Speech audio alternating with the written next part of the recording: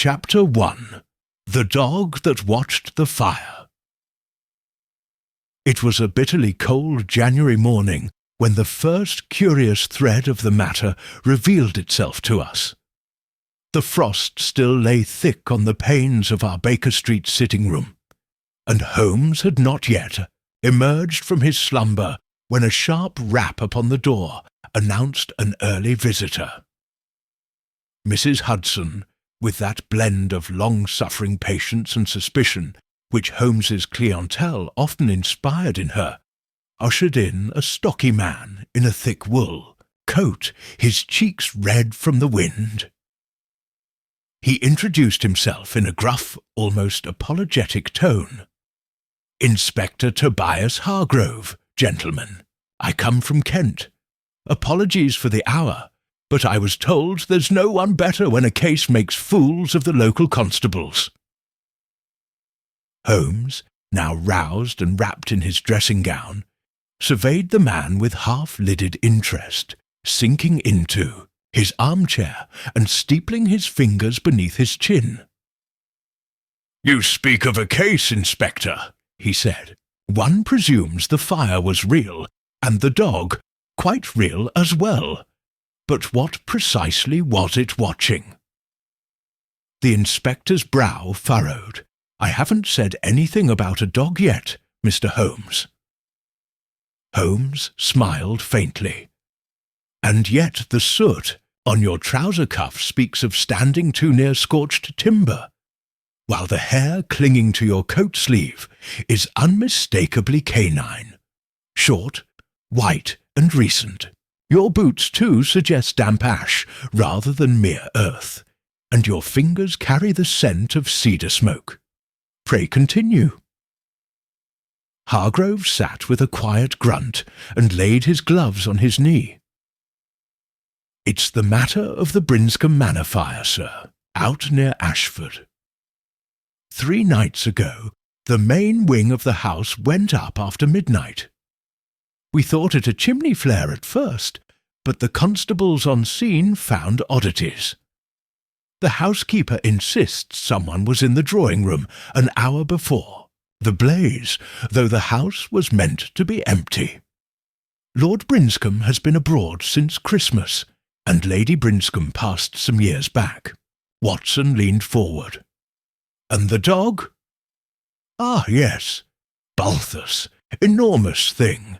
Some kind of Pyrenean mastiff. Old, but sharp. He belonged to the late Lady Brinscombe, and was known to be fiercely loyal to the household." Holmes interrupted softly. "And he didn't bark?" The inspector blinked. "No, sir, that's the strangest part. He was found sitting calmly on the back lawn, watching the fire. No howling, no barking, just still." There was silence in the room, broken only by the ticking of the clock.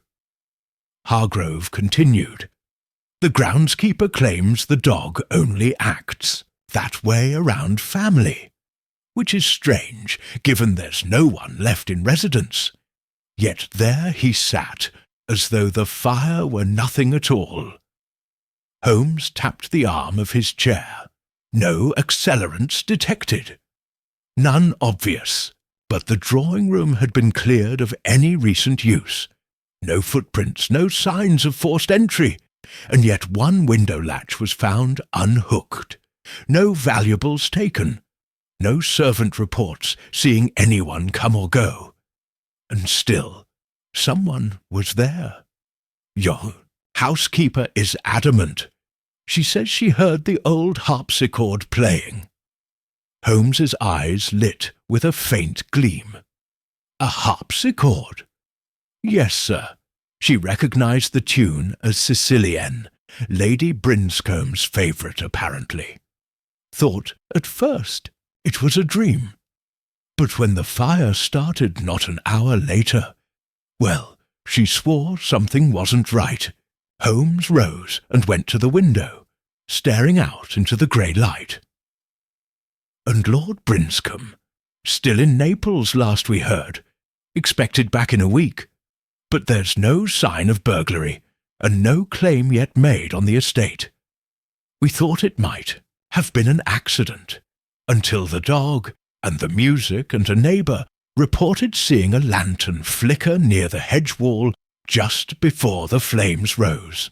Holmes turned from the window, eyes bright now with interest.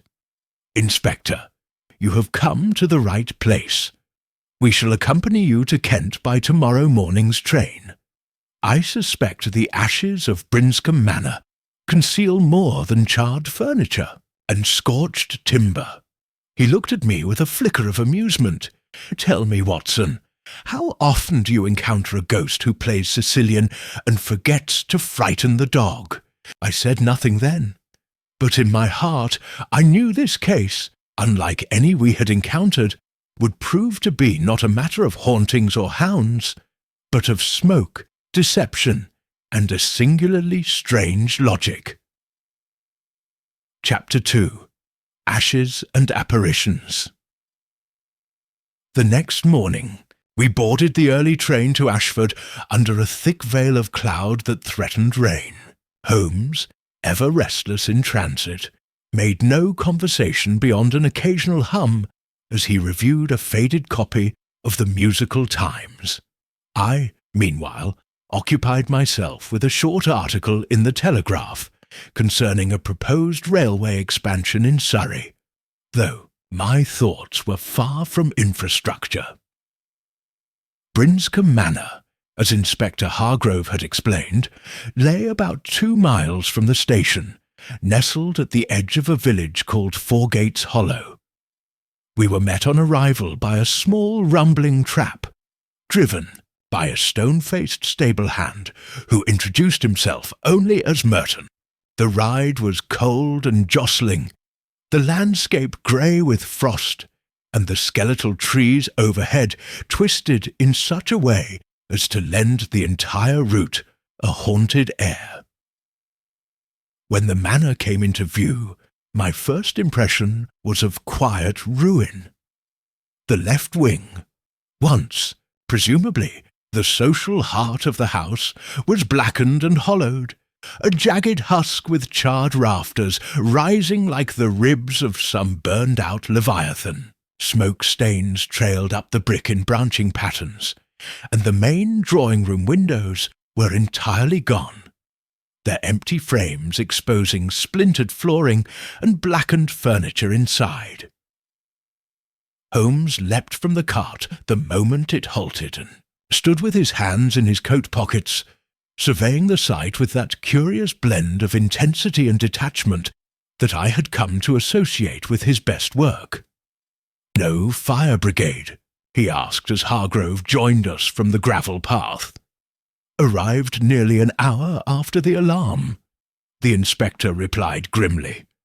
"By then the worst was done, but the blaze seemed unusually contained, never spread beyond the main hall and drawing room." "A controlled burn," Holmes murmured. "More than likely." And yet he strode forward, crouching by the scorched hedgerow. There, half buried in frost and ash, lay the twisted remains of what had once been an oil lantern. "Tell me, Inspector, was this reported?" Hargrove shook his head. "No mention in the constable's notes. Must have missed it." "More than likely," Holmes muttered, "because they were not looking for it." We were met at the main steps by Mrs. Kedge, the housekeeper, a stout and unsmiling woman in her late 50s, dressed in funereal black. Her hands were scrubbed raw from days of washing soot from salvageable objects. She nodded curtly to Hargrove, but cast a longer, more hesitant glance toward Holmes. "You're the consulting one, then," she said. "Mr. Holmes?" Holmes bowed, slightly. "Indeed, and this," he said, gesturing to me, "is my associate, Dr. Watson." She gave me a more welcoming nod. "Very well. You'll want to see the drawing-room, I expect, Ashley," said Holmes, But I'd first like to ask you a question, Mrs. Kedge, about music." She stiffened. "The harpsichord," he continued. "You told Inspector Hargrove that you heard it playing Sicilian on the night of the fire. How confident are you of that?" "Perfectly," she said. "It was the same tune her ladyship played most often. It woke me just before 2 in the morning, a few bars only, but enough. And I swear on my soul, sir, the notes were real, not in my head." Holmes nodded. "Was the instrument damaged in the fire?" "Oddly, no. The fire never reached it. It's still in the parlour, though I haven't gone near it since." Holmes tilted his head, intrigued. "May I see it?" She led us through the intact right wing, the hallway still lined with antique hunting prints, and the lingering scent of burnt fabric. The parlour was cool, untouched by flame, and dimly lit through tall, grimy windows. Against the far wall, the harpsichord stood like a slumbering relic, its keys slightly yellowed with age, but otherwise immaculate. Holmes approached it gently and ran a single finger over the top. "No dust," he said softly. "Curious." He opened the lid and tested a few keys. The tone was resonant clear, but one note, when struck, emitted a faint metallic rattle. "Watson," he called, "have a look beneath." I crouched beside him, inspecting the underside. "There's something." "Yes, here, wedged between the pedals." Holmes produced a fine pair of tweezers and withdrew a small object, a copper cuff-link, blackened at the edge.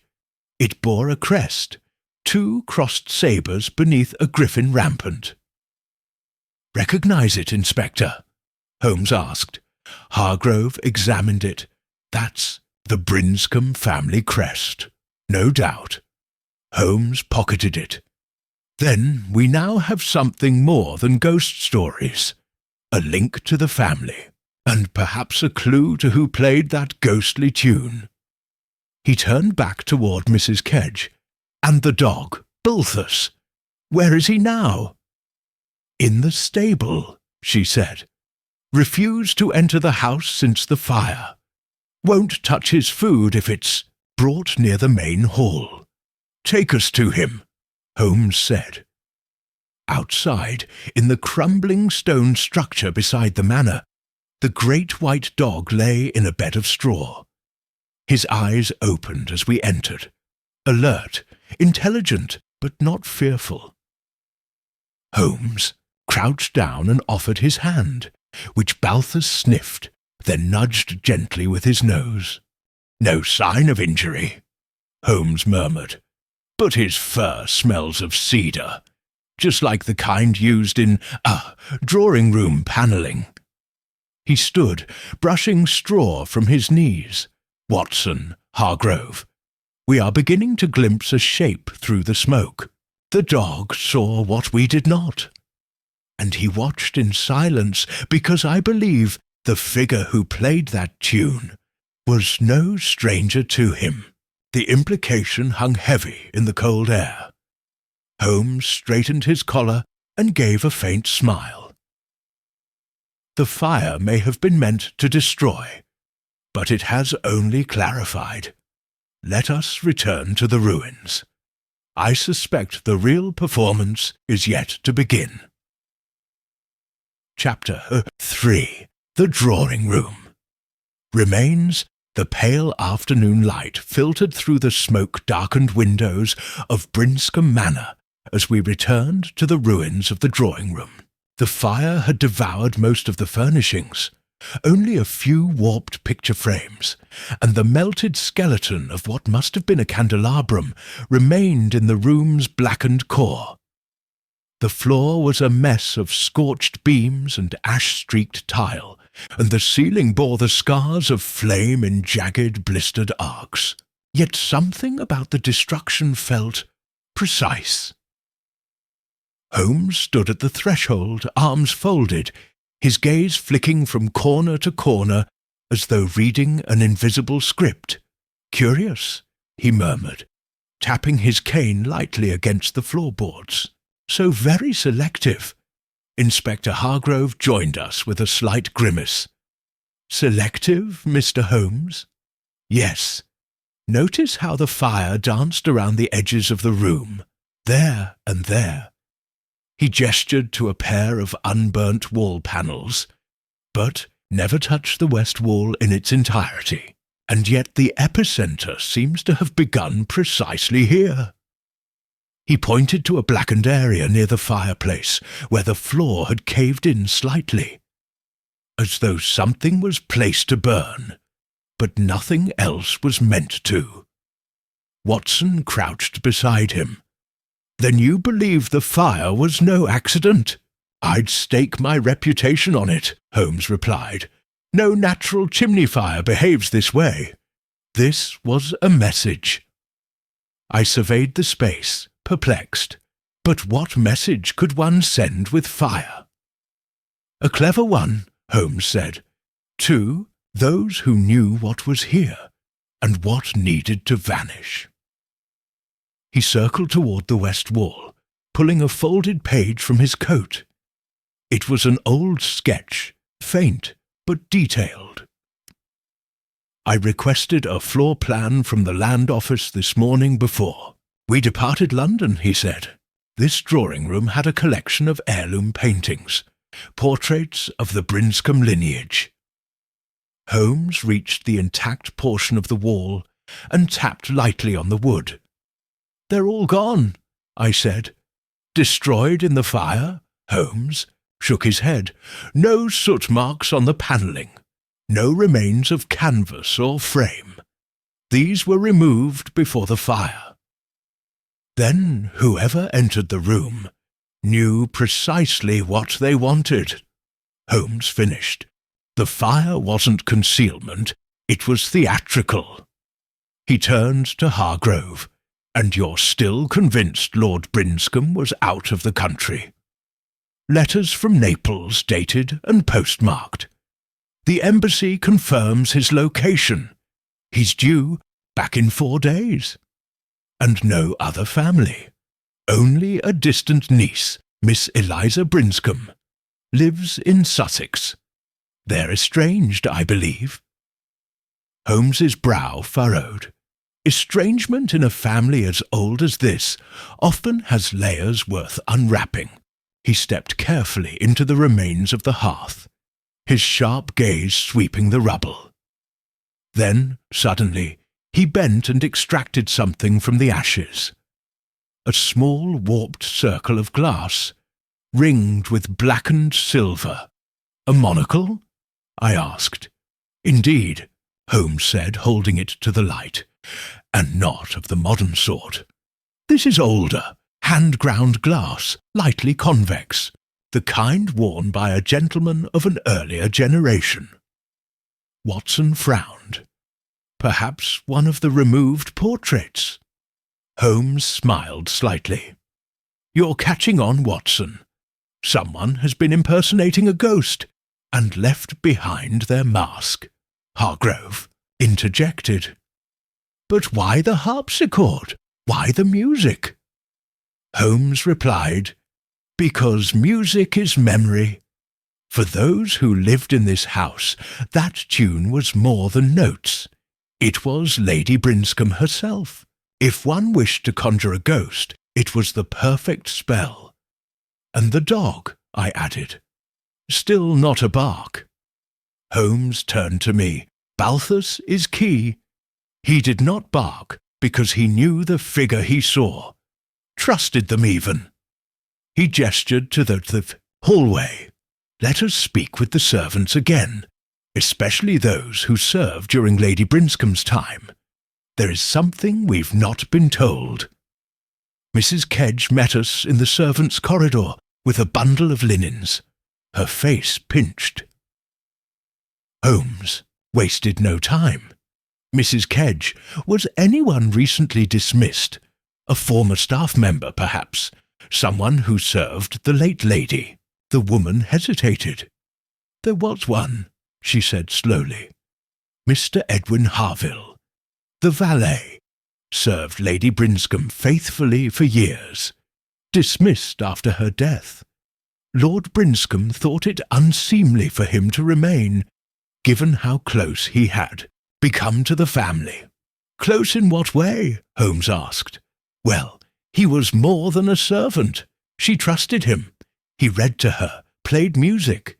He was even gifted one of her late husband's suits, I recall. Lord Brinscombe disapproved, called it favouritism. And where is Mr. Harville now? No idea, she admitted. Haven't heard of him since he left. Vanished, far as I know. Holmes's face was unreadable. Did he play the harpsichord? Flawlessly, she said. Lady Brinscombe said his playing was like balm in her final months. Holmes turned to me. Watson, take note. We must locate Edwin Harville. At once, I nodded, already scribbling the name. As we left the servants' wing, Holmes paused at the hallway's arched window. The sun had dipped lower, casting the manor grounds in long shadows. This case, Watson, he murmured, is not about fire or theft. It's about identity. One reshaped, one stolen, or perhaps one resurrected. I shivered despite myself. Holmes's eyes narrowed. The dog watched the fire because it was not afraid. And that, my dear fellow, is the most damning evidence of all. Chapter 4. The man in the portrait. It was well after dark when we returned to the inn at Fourgates Hollow.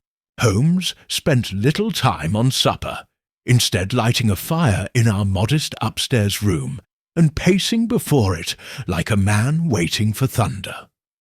I sat with my notebook open, transcribing the day's discoveries, but my thoughts returned again and again to the monocle, its silver rim half melted, its glass still holding the smoky scent of ruin.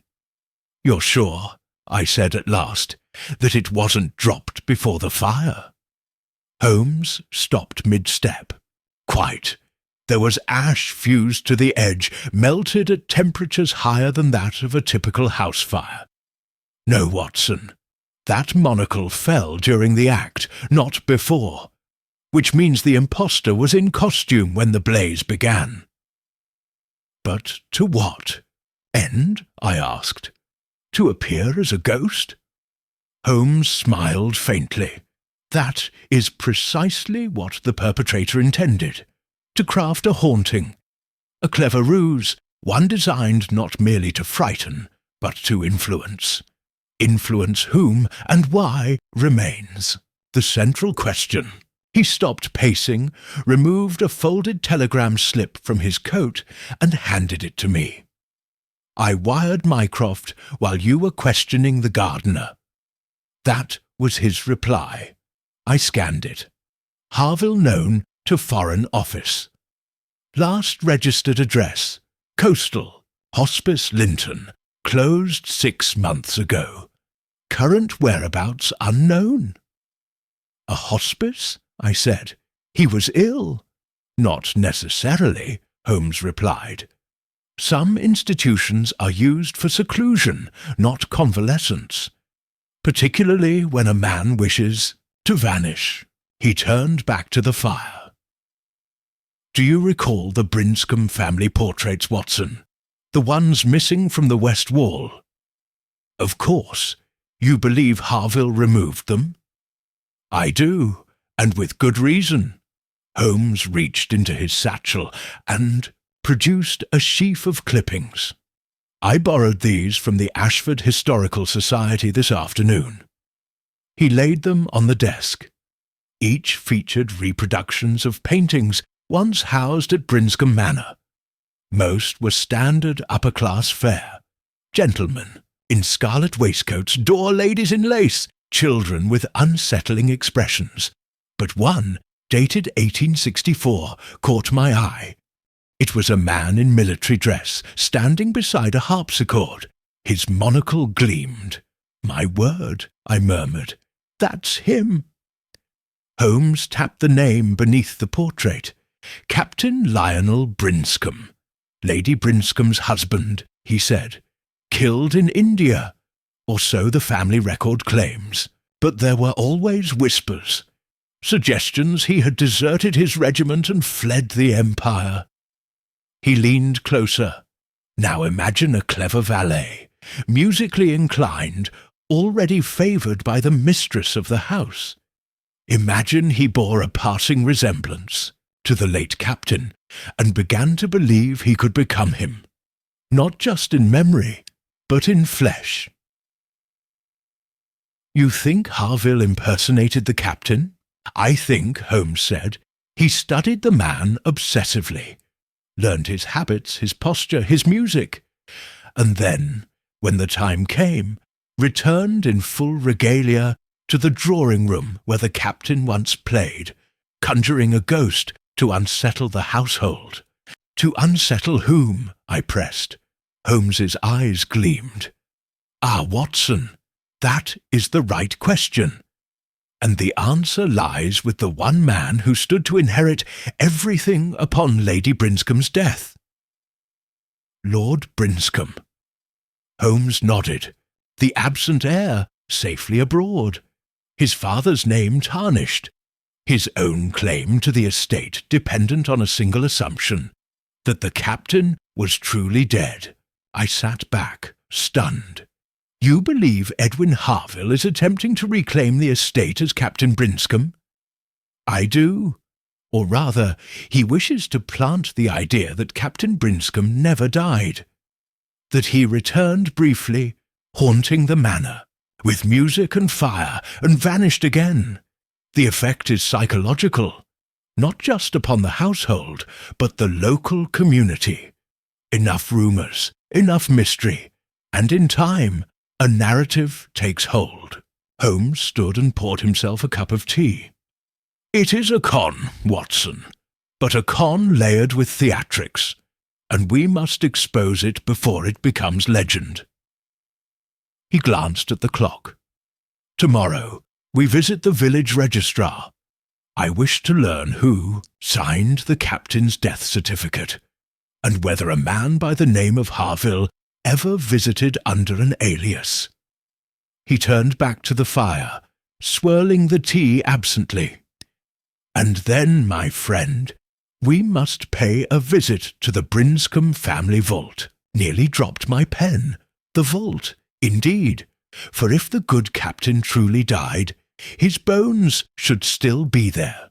By dawn, the following morning, we were walking across a crisp, frost-laced churchyard toward a granite mausoleum on the northern edge of the village. The church sexton, a thin, suspicious man with a wheezy cough, guided us reluctantly. "Grave, robbing," he muttered. "I won't be party to it." "No robbing," Holmes assured him. "We simply wish to confirm an inscription." The vault doors were iron-bound and cold to the touch. The sexton fumbled with his ring of keys and finally found the one that groaned the lock open. Inside, the air was thick with age, earthy, still and cold. Holmes lit a lantern, its beam dancing across a row of stone sarcophagi. He moved toward the leftmost one. "Captain Lionel Brinscombe," he read. "Born 1835. Died 1865. I stepped beside him, brushing away a spider's web from the carved lettering. But Holmes was frowning. "There's something wrong," he said softly. "The dust. Look at the floor. It's been disturbed." Indeed, faint tracks curved around the tomb's edge. Not fresh, but not ancient either. Holmes laid his fingers gently on the lid, then froze. "Watson," he said, voice low, "this Lid was moved recently. I stared at him. You mean, he nodded.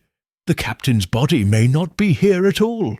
The lantern flame flickered as if in reply, and the shadows in the vault seemed to shift around us. Chapter 5. Whispers in the Vault. Holmes stood motionless beside the sarcophagus of Captain Lionel Brinscombe, his eyes fixed on the hairline gap between the stone lid and the body of the tomb. In the gloom of the vault, the chilled air grew heavier with each passing second, thick with the scent of old stone, mildew, and something subtler, earth that had been disturbed too recently to belong to a grave untouched for 6 decades. Watson, lantern in hand, crouched to examine the floor. "These marks," he said, running a finger over the faint smudges of dust trailing around the tomb's base. "They curve inward, almost as though someone used a lever to shift the lid from this side. But who would dare such a thing?" Holmes knelt beside him, placing one palm against the cold marble. And more importantly, why now? 60 years undisturbed, and suddenly, in the months before the fire, something changes. Behind them, the sexton shuffled nervously. "You'll not open that tomb, I hope. Against the church's rules, that is. We have no intention of desecrating the dead," Holmes said smoothly. "Only verifying what has or hasn't been done." He stood abruptly and turned to the far wall, where a narrow wooden bench and several funerary urns sat beneath, dust-veiled niches. He moved swiftly, his eyes darting over the surfaces with surgical intensity. "Watson, there.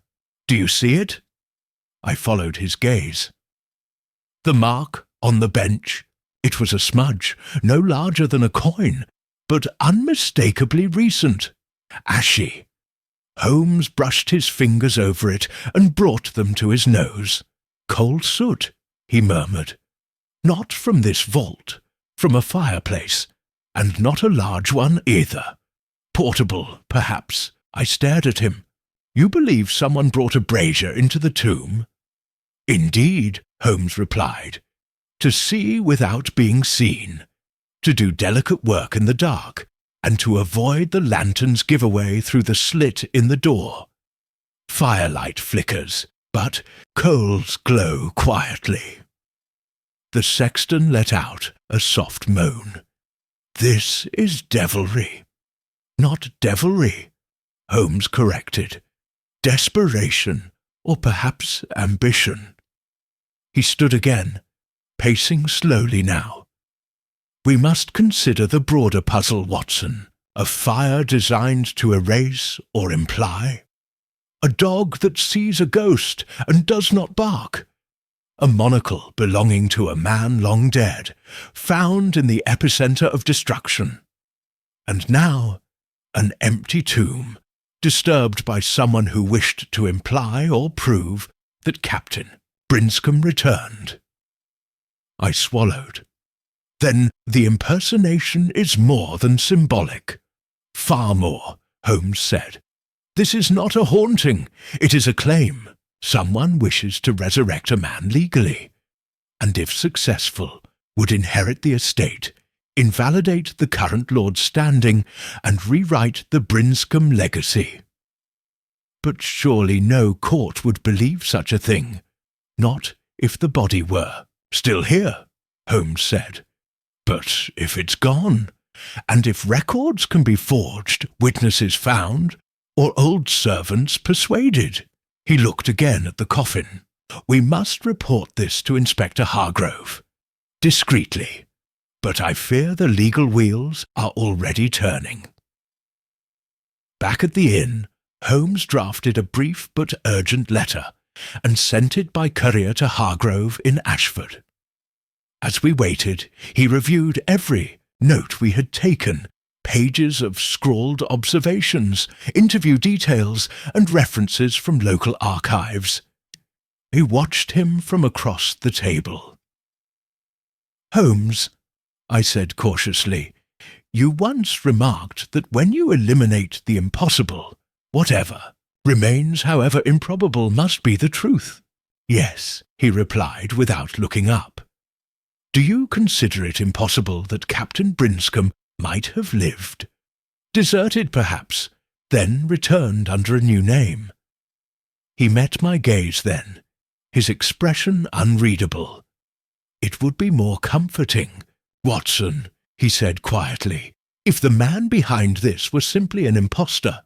But if the captain did survive, and this is his doing, then we must consider an even darker truth, which is that the good captain faked his own death, that he abandoned his family and regiment, that he allowed others to mourn him, and now, in the twilight of life, seeks to reclaim what he once discarded under the veil of firelight and memory." He looked to the window, where night had fully settled.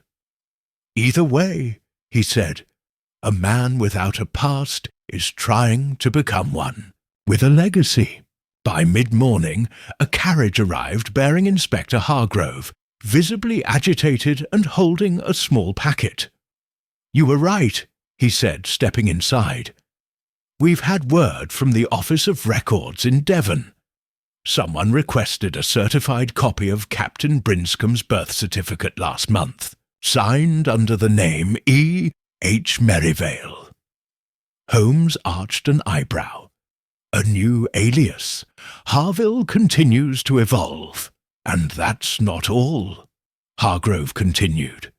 "There was also an inquiry into military service records, a request for confirmation of discharge status, sent by post to the War Office with return instructions to a boarding house in Linton."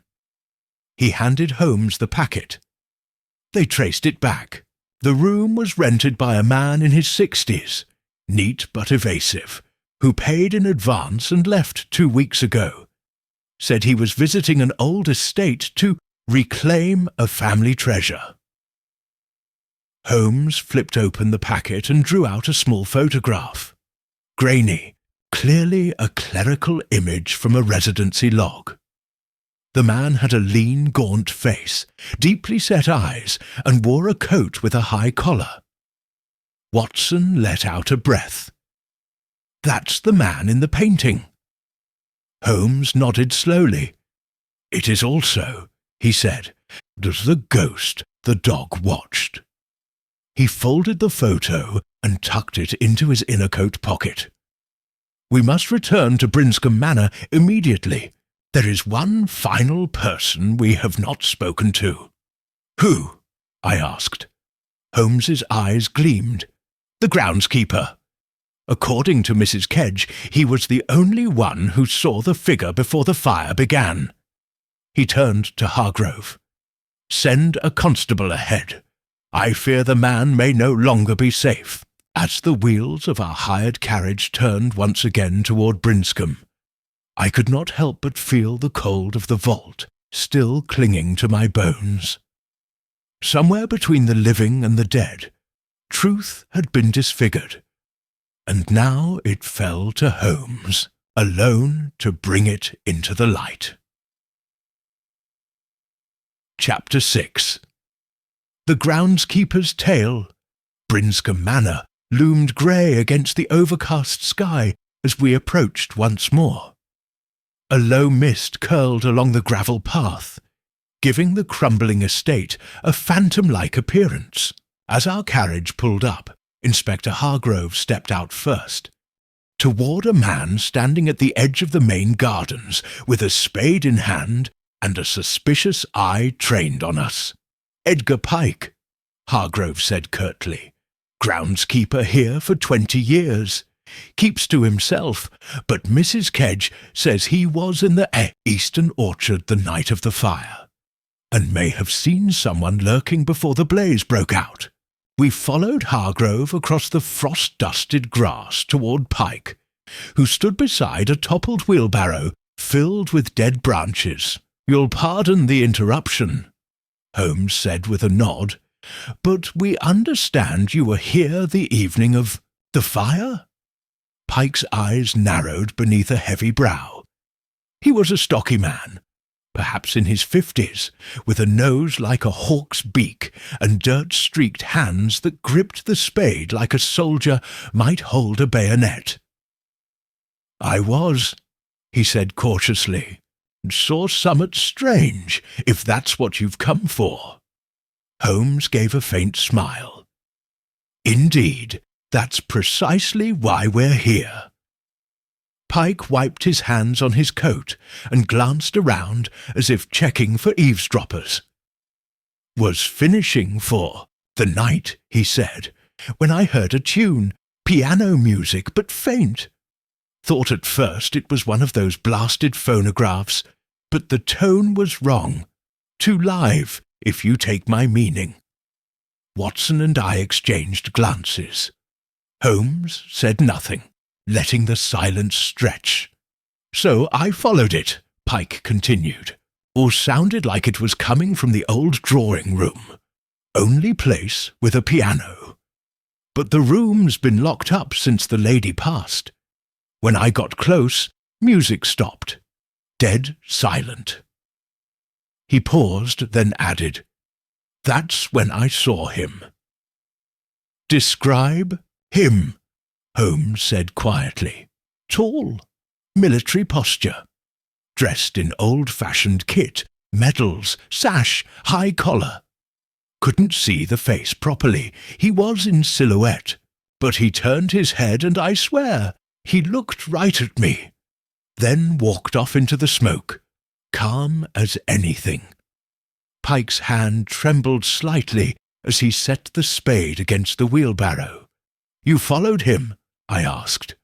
"Only a few steps, but then the fire started.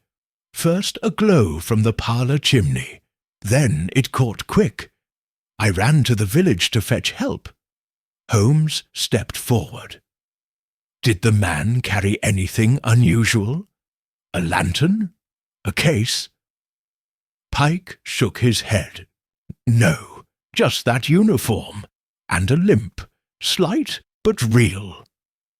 Holmes turned to Watson with raised brows. "You recall the Brinscombe portrait? Captain Lionel had a leg wound in the Crimea. Walked with a cane afterward." Pike blinked. "You think I saw him? The ghost?" "No," Holmes replied. "You saw a man, but one who wished you to believe otherwise." He paused, then added, "Mr. Pike, did you ever know a man named Harville, valet to Lady Brinscombe?" Pike frowned. "Sure. Odd bird. Kept to himself. Always humming old army tunes. Took sick last winter, though. Left for the coast." "He limp?" "A bit, yes. And walked like he'd been in the service." "Why?" Holmes gave a half-smile. "Because it seems he's returned, albeit in a rather theatrical guise." Pike grunted. "Then he's more dangerous than I thought." Oak nodded slowly. "Indeed." Later that afternoon, we reconvened in the Manor's partially restored library. Holmes paced as Hargrove and I examined a collection of family albums that Mrs. Kedge had recovered from storage, most featuring black-and-white photographs of the estate across the decades. Holmes spoke while moving from window to fireplace, and back again. "The impersonator we seek is not merely recreating a ghost. He is building a case, an illusion so thorough, so layered, that it could shift the legal standing of an entire inheritance." I nodded toward one of the albums, and if the real Captain Brinscombe's body is missing, he might even attempt to argue he is the captain. Holmes stopped. "Yes, which makes one question essential. When was the body removed? And who had access to the family vault in recent months? Hargrove exhaled. Only a handful. Sexton, vicar, ground staff. Holmes lifted a finger. Then the accomplice may be local. Someone willing to move a corpse, forge a document, or corroborate a sighting. But there's one thing Harville, or whoever he is, cannot fake. Watson raised a brow. And that is history, Holmes said. Real memory, genuine correspondence, patterns of speech. All the things the dead carry that cannot be resurrected through costume alone. He moved to the desk and opened a locked drawer Mrs. Kedge had reluctantly provided him access to. Inside were several bundles of letters, old and yellowing, tied in string. These, he said, are Captain Brinscombe's actual letters. We shall compare them to the handwriting in Harville's recent documents. Watson leaned forward. But if they don't match? Then the fraud unravels, Holmes finished. But if they do, then Harville either forged them with extraordinary precision, or he truly is the captain. As twilight descended once again over Brinscombe Manor, the fire crackled in the hearth behind us. Holmes sat with the bundle of letters on his lap, a jeweller's glass pressed to his eye. He held one letter aloft. This, he said, was written in 1862. Then he opened a newer envelope, marked in a hand similarly elegant, but bearing faint signs of tremor. And this, from a request for military records in Linton, dated last month. We waited as he compared loops, flourishes, pressure marks. At last, he lowered the glass. "Watson," he said gravely, "prepare yourself." He handed me the letter. The hands match. Even the errors are consistent. Harville has either studied the captain's writing with a scholar's devotion, or he is the man himself. A silence fell over the room. The wind stirred at the window. Somewhere in the manor, the piano in the locked drawing-room gave a faint creak. It felt, for a moment, as if we were being watched by history itself. Chapter 7. The Stranger at the Crossroads. The following morning, Holmes was up before dawn. I found him at the breakfast table, hunched over a stack of correspondence, his tea long gone cold. A thin fog drifted beyond the inn's mullioned windows, and the scent of peat from the hearth lent the room a sombre mood. He did not look up as I entered. "Watson, have you ever considered how easily time blurs the edges of truth?" "Only every time we're summoned to the countryside," I replied, pouring myself a cup. "What have you discovered?" Holmes tapped the sheet before him. There was no official record of Captain Lionel Brinscombe's remains being repatriated. The certificate of burial is signed by a field chaplain in India. No corroborating military dispatch, no eyewitness of the death. Only a letter to Lady Brinscombe that confirmed her husband's disappearance during action. So the body in the family vault could have been placed there after the fact, I asked.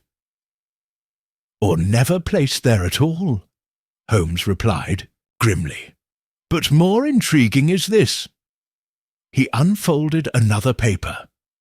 A record from a solicitor in Exeter dated 1872, indicating that a man calling himself Edward Linley attempted to claim land once tied to the Brinscombe family estate. Linley? I repeated. A known alias of Harville? Uncertain, Holmes admitted, but it suggests this impersonation may have been in motion for many years. A long con, Watson, built layer by layer. A knock at the door interrupted us. It was Hargrove. He entered with his hat in hand and an odd expression on his face. "There's a man at the crossroads asking for you, Mr. Holmes. Says he has something to show you and won't speak to anyone else. Name? Didn't give one, but he walks with a limp." Holmes's eyes lit up. "Then we must go at once." The crossroads lay just beyond the eastern edge of the village, where two hedgerows met under a sagging oak. It was a bleak place, muddy and wind-bitten, with crows wheeling above the frost-hardened fields. The man who waited for us stood with his back to the road. He wore a long wool coat, frayed at the edges, and a cap pulled low over his brow. When we approached, he turned. His face was pale and lined, but his eyes were sharp beneath bushy brows. The left lens of his silver-rimmed monocle had been replaced with a clear patch of horn. "And yes, he limped. You're Holmes," he said in a voice rasped by age or habit. "And you must be the doctor." Holmes inclined his head. "And you are?" The man smiled crookedly. "A ghost, according to some. But for now, call me Harville." He extended a hand. Holmes did not shake it. "You've gone to considerable trouble," Holmes said evenly. "Faking a haunting, disguising yourself as a long-dead captain, stirring local imagination. For what purpose?" Harville's face twitched, almost a smile, almost a grimace. "To finish what was started, to see justice done." "Justice?" I said. "You nearly killed 6 people in that fire. Did I?" he asked softly. "Or did someone else strike the match?" That silenced us both. Harville turned toward the hedge and reached into a hidden crevice, drawing out a small black case. He handed it to Holmes.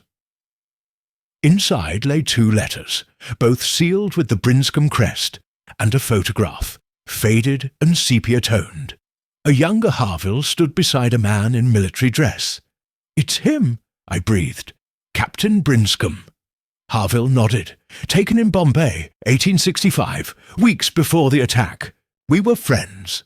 I was his aide before I ever came to England." "And the letters?" Holmes asked.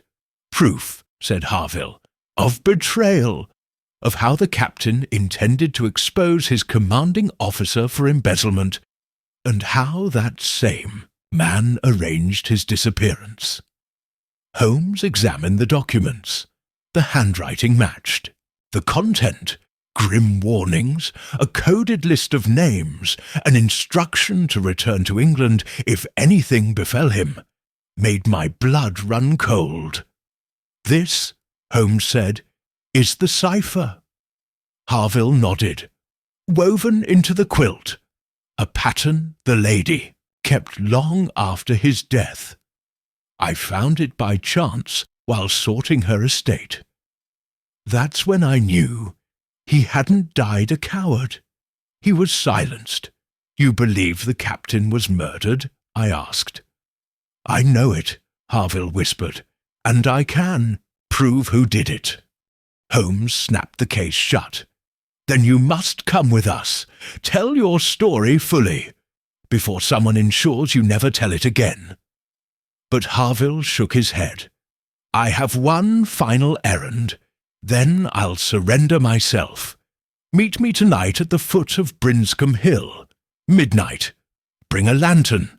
He turned without another word and limped down the muddy path, vanishing into the mist as if he truly were a ghost. Back at the inn, Holmes sat in silence for a long time.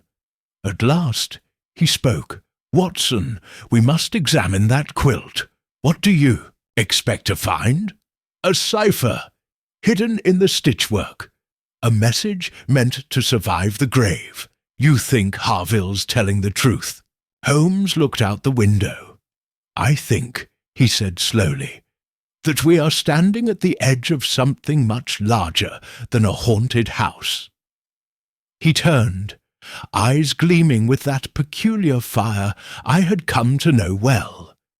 "And if we are to confront it tonight, we must know exactly what message was left behind in the fabric of the widow's grief." Chapter 8. The Quilt and the Pattern. The quilt was heavier than expected. When Mrs. Kedge brought it down from the attic, the object felt less like a piece of mourning handiwork and more like a relic weighted by history itself. It had been folded, tightly, wrapped in oilcloth, and stored in a cedar chest that had belonged to Lady Brinscombe's grandmother. The air around it carried the scent of lavender and mothballs, sweet and decaying, like the breath of memory itself. Mrs. Kedge watched as we unwrapped it on the long oak table in the Manor's study. "Her ladyship made it herself," she murmured, "said it helped her sleep. Every stitch, she claimed, held a prayer, or a secret." Holmes unrolled the quilt with meticulous care. It was made of squares, each distinct, but together forming a single motif, a sprawling vine winding through lilies, thistles, poppies, and roses. There were names sewn into the border in faded embroidery. Family names, perhaps, or people known to the Brinscombes. Holmes studied it like a cartographer gazing at an ancient map. "There," he said suddenly, pointing to a patch just above. "The centre. Do you see it?" I squinted. "It looks like a rose." "Precisely," Holmes replied. "But count the petals." 7. "And there are always 5 on every other." He moved his finger to a poppy, "each with 4 petals, except this one." 6.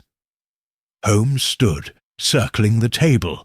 The lady used floral patterns as cover, but embedded a code within their deviations, a message buried in the anomalies. "But what does it say?" I asked. "That," he replied, "depends on the cipher." We worked through the afternoon, noting every inconsistency.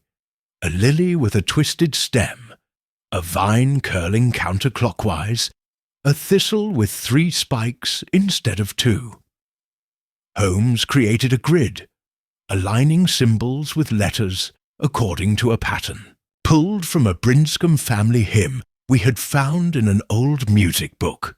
He explained that Lady Brinscombe had likely used a personal reference, something only she and her husband would understand. Hours passed. At last, Holmes pushed back his chair. "It reads, 'The fire is not ash. The vault is not rest. Seek the name written twice.'" I blinked. "That doesn't make sense." "Oh, it will," Holmes murmured. "Given what Harville told us, it implies that the captain's body never truly reached the Brinscombe crypt, and that someone else's name was used to cover his absence." He rose, pacing. If the captain intended to expose his superior for corruption and was instead declared dead under suspicious circumstances, then it's likely he was either replaced in body or identity, or buried under an alias. The name written twice, perhaps a forged burial ledger. "And, if so," I asked, "how does Harville fit into all this?" "That," Holmes said, "is what we intend to discover tonight. At 1:45, we made our way through the cold toward Brinscombe Hill, our path lit by a flickering lantern and the silvery gleam of a cloud-muffled moon. The ground was frozen and uneven, the grass brittle beneath our boots. At the base of the hill stood an ancient oak tree, its limbs outstretched like a sentinel. Harville was already there, seated on a flat stone, the lantern beside him casting deep shadows into the hollows of his cheeks. He looked up as we approached. "You bring it?" he asked. Holmes handed him the note we had transcribed from the quilt. Harville read it silently, then nodded. "She did find it, then. Clever woman.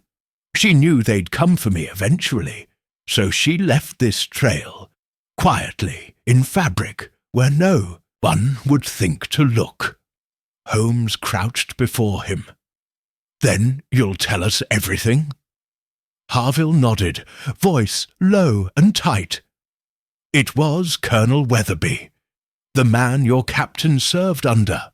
He was diverting funds from the East India Company's supply lines, selling arms to tribal warlords, profiting off both sides.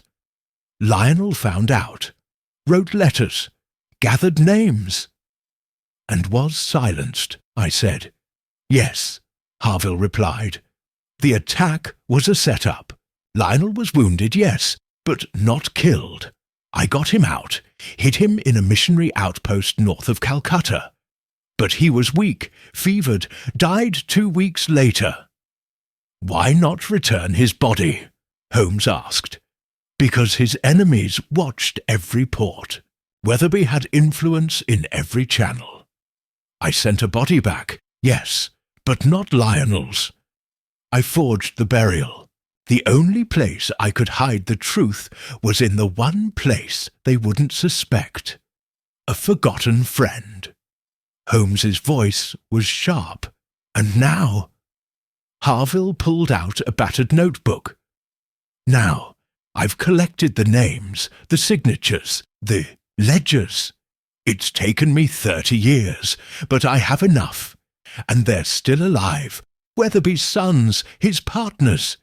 They have power still, and now they'll answer for what they did." There was a sound, a branch snapping in the woods above. Holmes's head turned instantly. "Did you hear that?" Harville rose to his feet, and then another sound, a sharp report, a flash, a gunshot.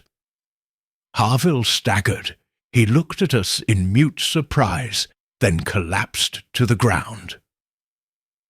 We rushed to him, Holmes pulling open his coat, I pressing down with both hands, but the blood was already spreading fast. Harville looked at us, eyes wide and wild. A vault, not rest. Then his hand went limp. The hilltop was silent. Whoever had fired had long since vanished into the trees. We searched, of course, but there was nothing. Only the wind and the distant sound of barking. A dog. Not angry, not alarmed, just watching. Somewhere far off through the dark, watching the fire still smouldering in the past. Chapter 9. The Vault That Would Not Close.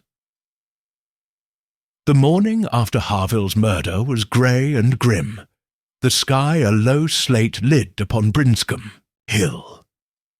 A thin mist clung to the hedgerows, and the village stirred with whispers and tightened shutters. Word of the shooting had spread, though the details remained as shadowed as the culprit.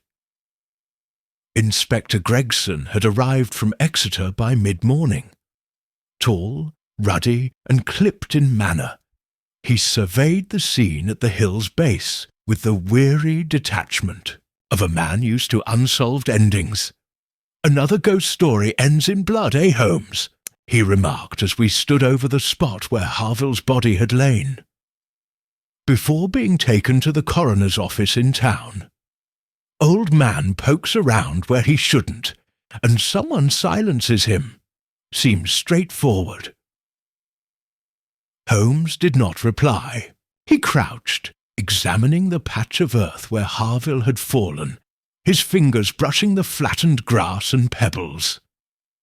"Straightforwardness is often the mask worn by artifice," he said softly. Gregson snorted. "And what's your theory? Assassins from the East India Company rising from the grave?" "No," Holmes replied, standing. "But I believe the roots of this crime lie in the past. And in that past, someone ensured Lionel Brinscombe was buried twice, once in fact and once in fiction. It's the truth between those two graves that someone still fears." Gregson tapped his notebook. "And you still believe this quilt of yours has something to do with it?" "It contains the cipher," Holmes said. "And now we must turn to the next location in Harville's trail, the Brinscombe Vault." By early afternoon, Holmes, Gregson, and I stood before the entrance to the family mausoleum, a domed structure of aged limestone nestled at the far corner of St. Ethelbert's graveyard. The iron gate creaked as the vicar unlocked it for us. "I haven't been down there in years," the old man muttered. "No one has. Lady Brinscombe would visit now and then, leave a sprig of lavender, but never linger." Inside, the air was cold and dry. A single lantern cast dancing shadows upon the stone steps that led downward into the crypt. There were 6 sarcophagi within, each carved with names in weathered script. The largest bore the inscription, "Captain Lionel Ambrose Brinscombe, 1839–1866. He served, he fell, he is at peace." Holmes circled the coffin slowly. "Let us presume Harville spoke true. If Captain Brinscombe's body never made it back to England, then this tomb holds someone else, or nothing at all." Gregson gave a low whistle. "You mean to open it?" "Mean," Holmes said, "to verify the lie." With the vicar's reluctant permission, 2 local men brought tools and pried open the coffin's stone lid. The sound was horrible, a grating groan of centuries disturbed. Inside, the body lay wrapped in military cloth, a ceremonial sword laid across the chest. Holmes leaned in, examining the skeletal remains. "No sign of regimental markings," he murmured. "No initials on the belt, not even a family ring. Curious." He turned to Gregson. "Have a forensic man come inspect the dental structure and bone measurements. I wager you'll find this corpse does not match Captain Brinscombe's known records." "You suspect a substitution?" Holmes nodded. "Or a complete absence. Harville said the vault is not rest, and he meant it literally. This crypt is a theatre, a stage dressing to convince the public the man was dead." Tulf. And I stepped back as Holmes produced a folded page from his coat, a copy of the ciphered message from the quilt. "Seek the name written twice," he repeated. He turned to the registry book held by the vicar. We pored through it together under flickering candlelight. It was there, subtle, nearly invisible. 2 burials listed on the same day 30 years prior. One for Captain Lionel A. Brinscombe. The other, 4 entries down, Lawrence A. Brinscombe. "His brother?" I asked. Holmes shook his head. "His alias, perhaps, or a variation to disguise a second ledger entry. But that's the key. Someone falsified the records by duplicating the captain's initials under another name. A bureaucratic sleight of hand, likely meant to claim military pensions, estate titles, or silence official inquiry." Gregson rubbed his jaw. "This isn't some petty village fraud, then?" "No. Holmes agreed. It's a conspiracy rooted in empire, and Harville was its last witness. That night, back at the inn, Holmes reviewed the quilt once more. His hands moved over the patches like a pianist recalling a familiar chord. He paused at one square near the corner. A thistle embroidered with red thread rather than the rests. "Dull grey. Watson," he said, "hand me Harville's notebook." I opened it carefully. Tucked between its pages was a sheet we had missed, a charcoal rubbing of a brass plaque. The lines were faint, but the text could be made out. "For the name buried twice, truth sleeps in the broken compass." "A compass," Holmes murmured. "A soldier's token, or perhaps something symbolic." He stood abruptly. "Tomorrow we speak with Lady Brinscombe's remaining kin, the estate lawyer, the man who handled the captain's affairs after his so-called death. Someone forged this web, and now that Harville is gone, they may believe they've escaped." His voice was cold, precise. "But ghosts do not rest so easily, Watson, and neither shall I."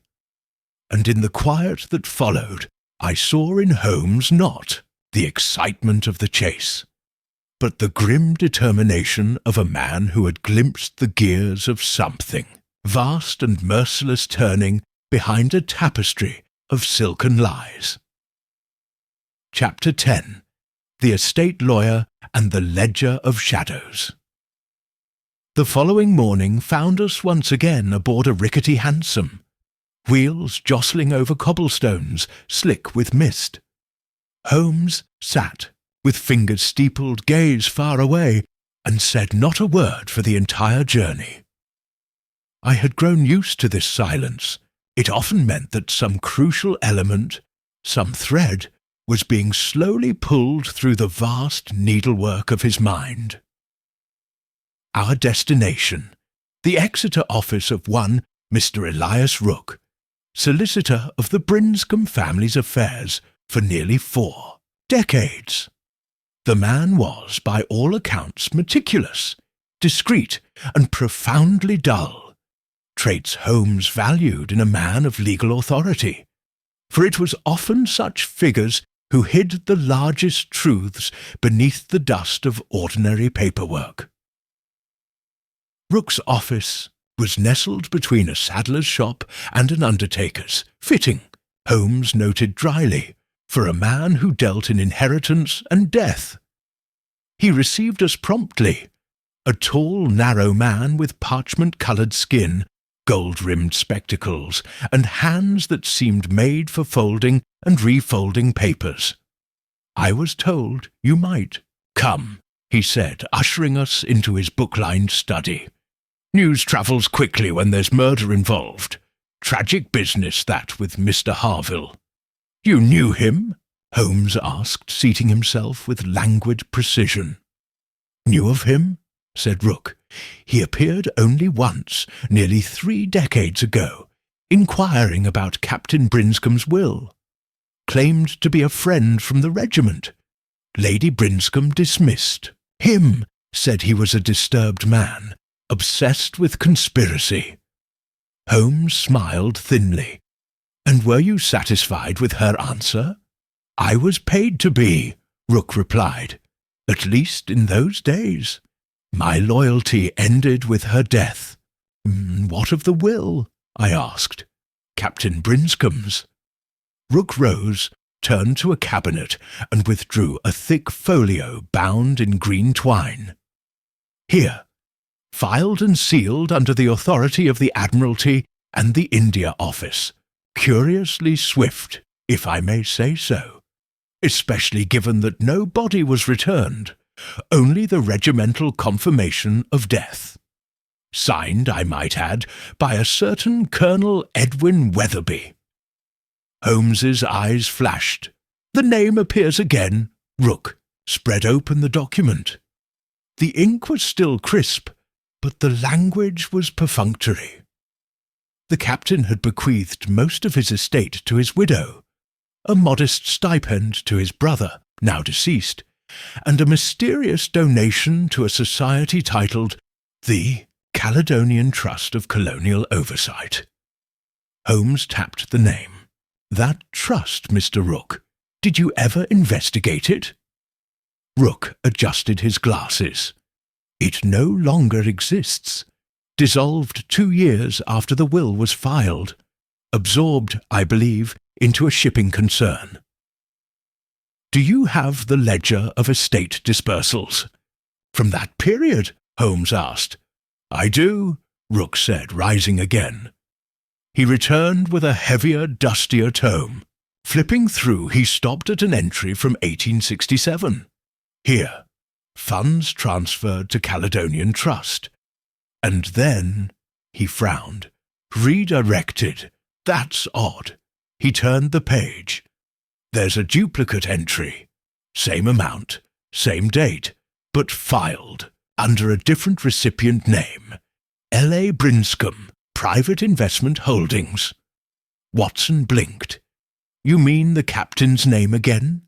Exactly, Rook said, but such an entity didn't exist. At least, not legally.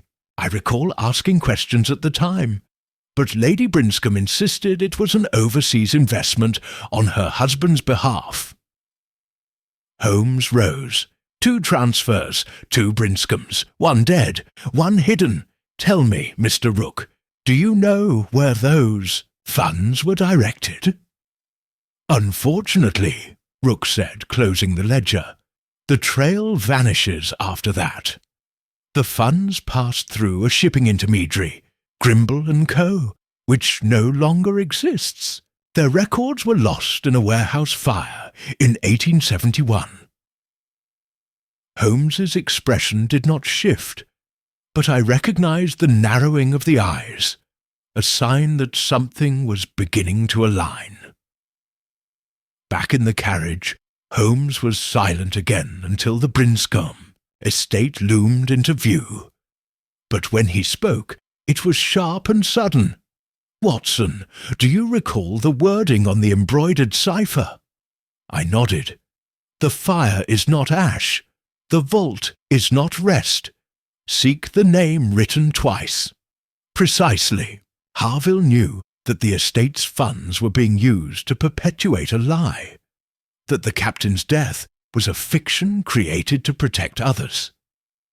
Weatherby's men laundered the funds through forged trusts and aliases. But the one thing they couldn't forge was grief. I frowned. Grief!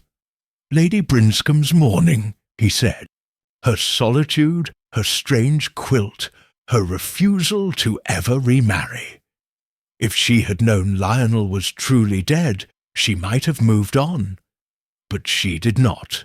You think she suspected? I think she knew, Holmes said.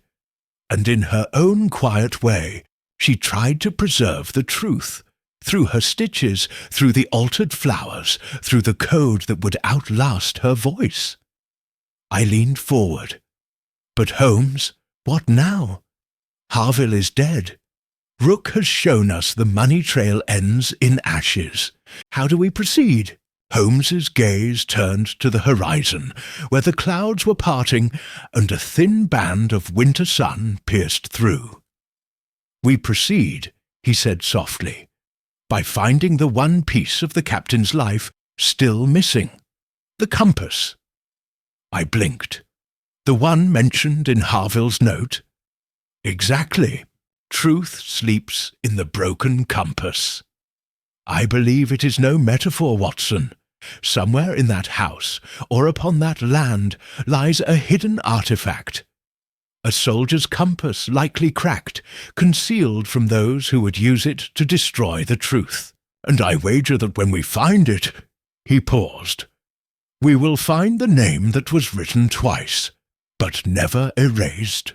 And with that, we returned to the Brinscombe estate, not as mere visitors, but as hunters poised to pierce the final veil. Chapter 11. The Ashes Beneath the Sterret was well past noon when we arrived once more at Brinscombe Manor. The mist had lifted, revealing skeletal branches clawing at a greying sky. The ruins of the drawing-room still smouldered faintly, embers hissing beneath blackened timber. A tarpaulin had been thrown over one wall, but the damage was extensive. Holmes stood still for some moments, simply staring at the cracked foundations and the charred skeleton of what had once been the Brinscombe family's hearth. Mrs. Ferrars, the housekeeper, met us at the entryway, bundled in a thick shawl and flanked by the ever-silent mastiff, Balthus. Her eyes flicked between Holmes and the dog. "He hasn't left the rear lawn since that night," she murmured. "Sits there still, watching." Holmes tilted his head toward the animal. "And not a single bark?" "Not one, sir." Holmes turned to the remains of the drawing-room.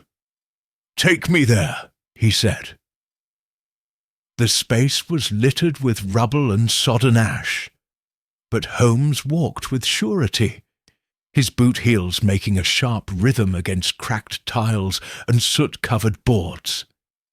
He circled, slowly, examining the walls, the scorched beams, even the ceiling.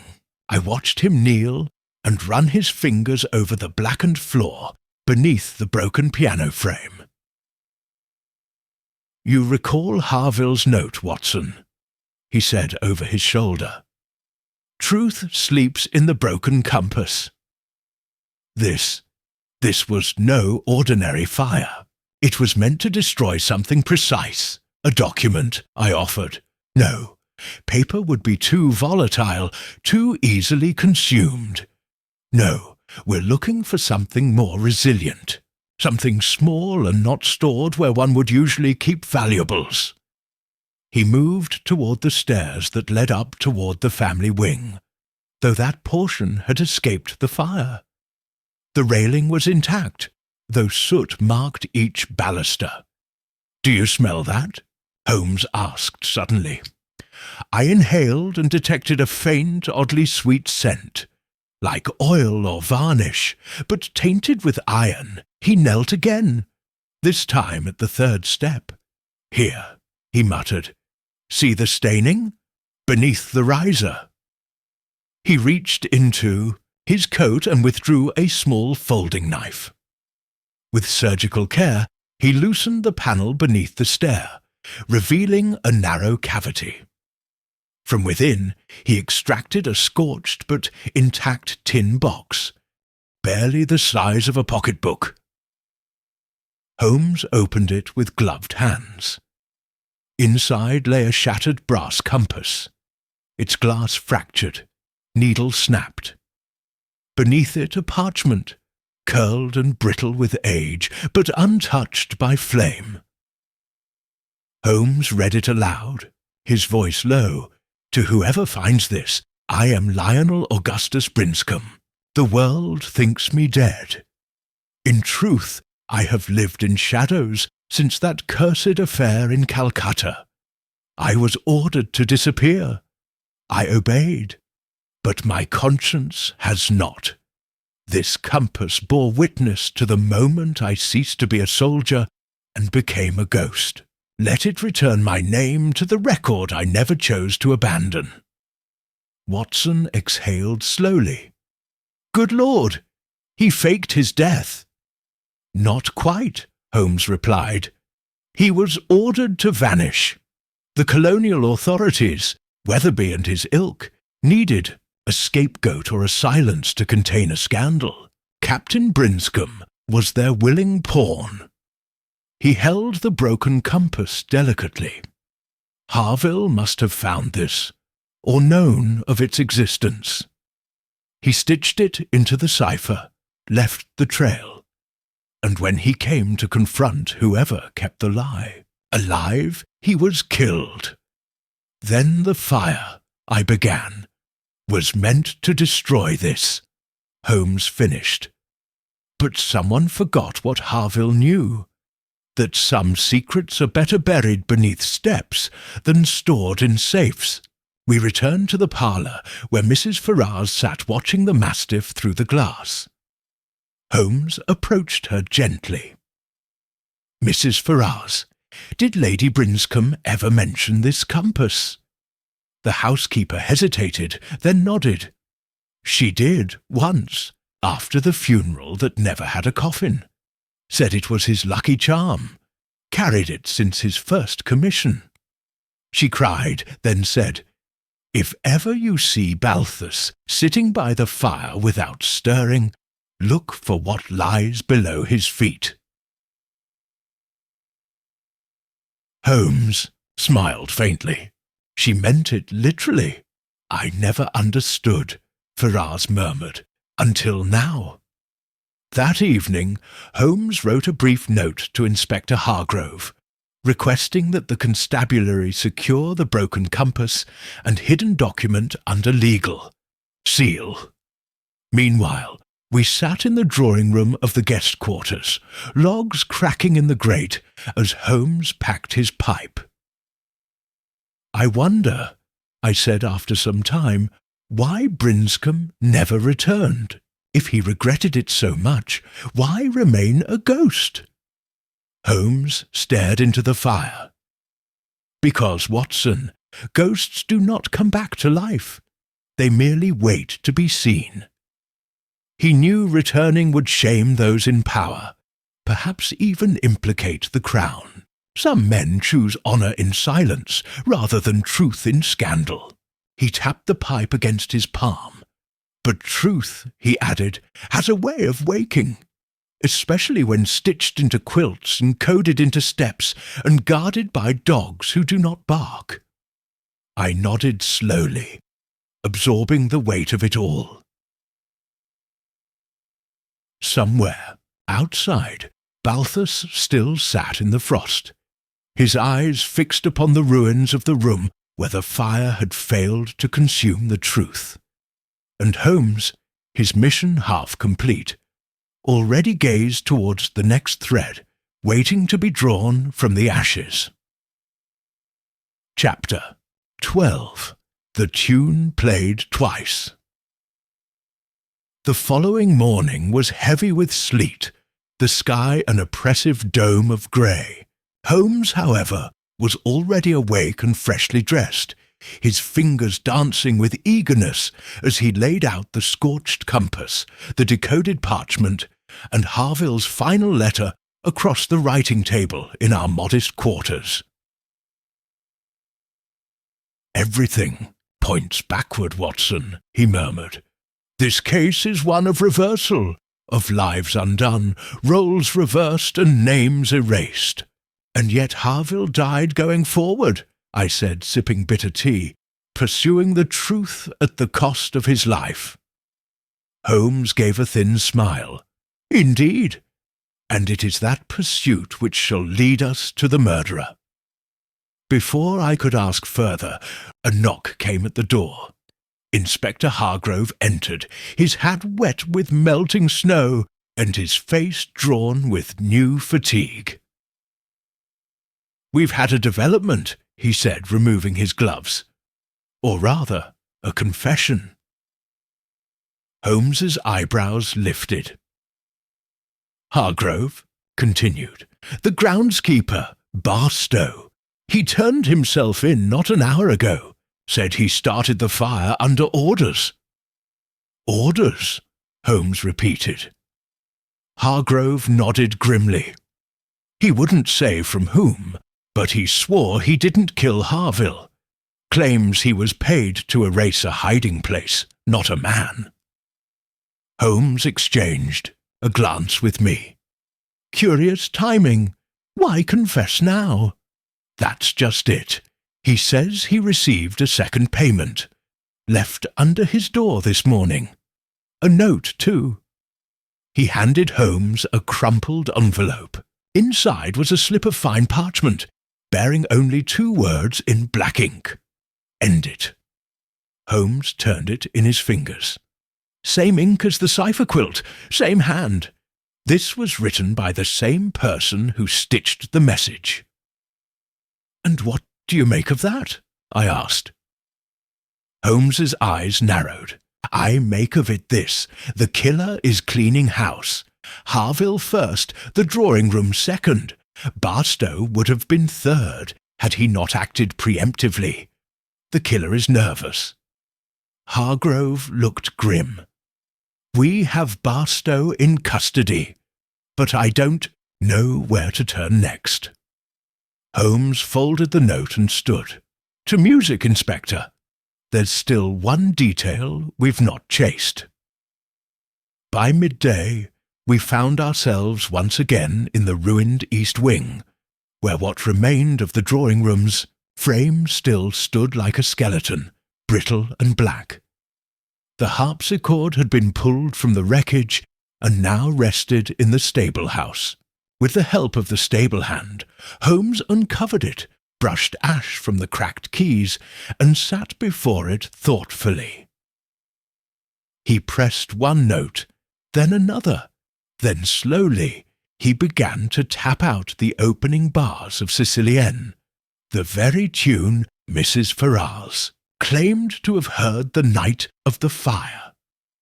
And then, with a chill down my spine, I heard it again. Not the keys Holmes was pressing, but a second version, fainter, slightly off-pitch, but clearly echoing from somewhere nearby. Holmes rose sharply. "You hear that?" he asked, turning to me. I nodded. "Yes, yes, but where from?" He was already striding across the stable-house, stopping beneath a crossbeam near the west wall. "An old trick," he muttered. "This house was built before Lady Brinscombe's time. 2 harpsichords, one a training replica, the other the real instrument, the tuning fork installed here." He reached above and tapped gently, and again the odd warped melody answered, from behind the wall. He turned to the stable-hand. "Fetch a crowbar. There's a hidden cavity in that wall, likely a teaching cabinet or sound chamber." Within the hour, the beam was pried loose, revealing a narrow hollow space between 2 panels. Inside was not a tuning chamber, but a carefully padded alcove, and within it a second quilt, not scorched, but pristine. Holmes laid it flat and stared in silence. It was a match to the original, but with different stitches.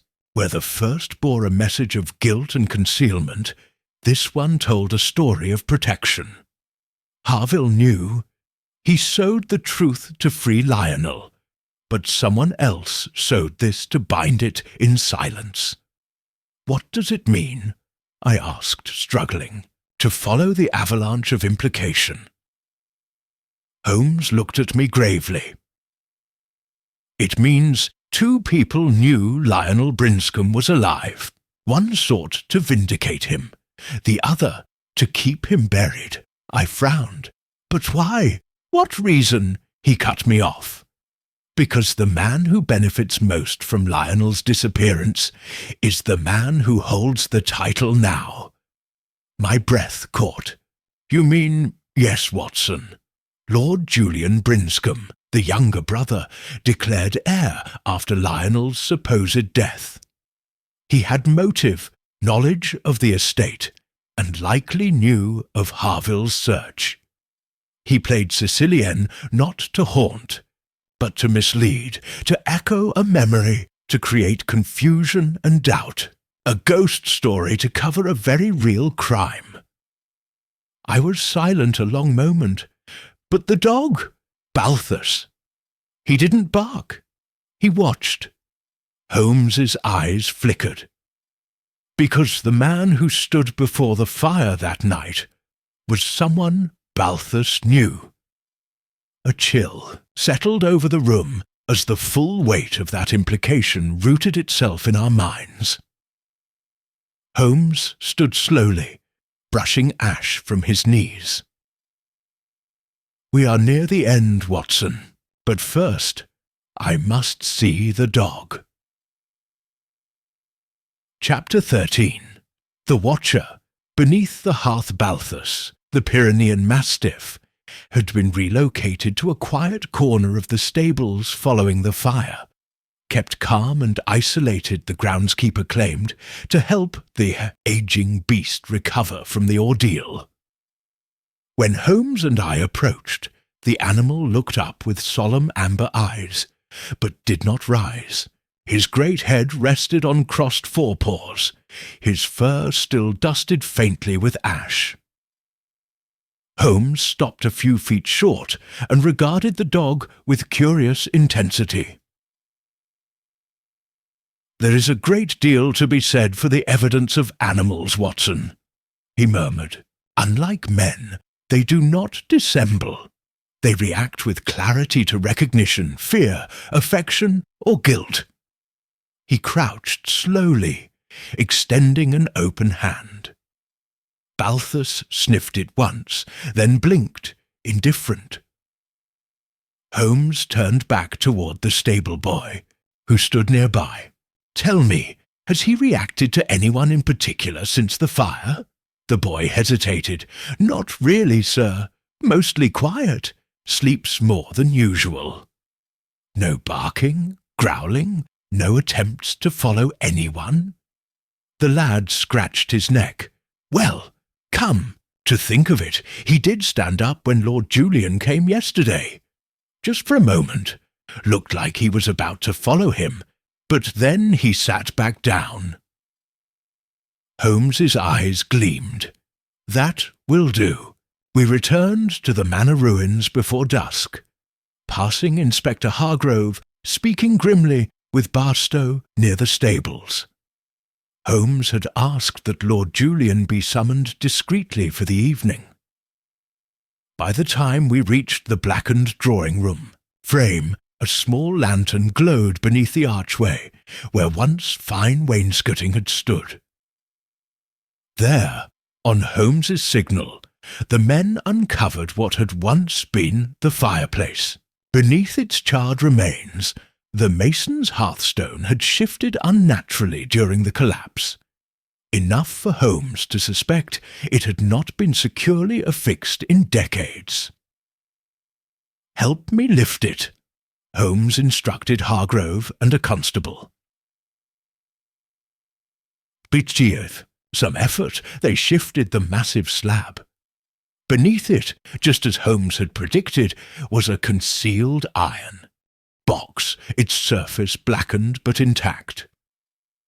Inside, a bundle of parchment deeds, an engraved signet ring, and most curious of all, a silver-handled letter opener bearing the initials L.B. Watson whistled low.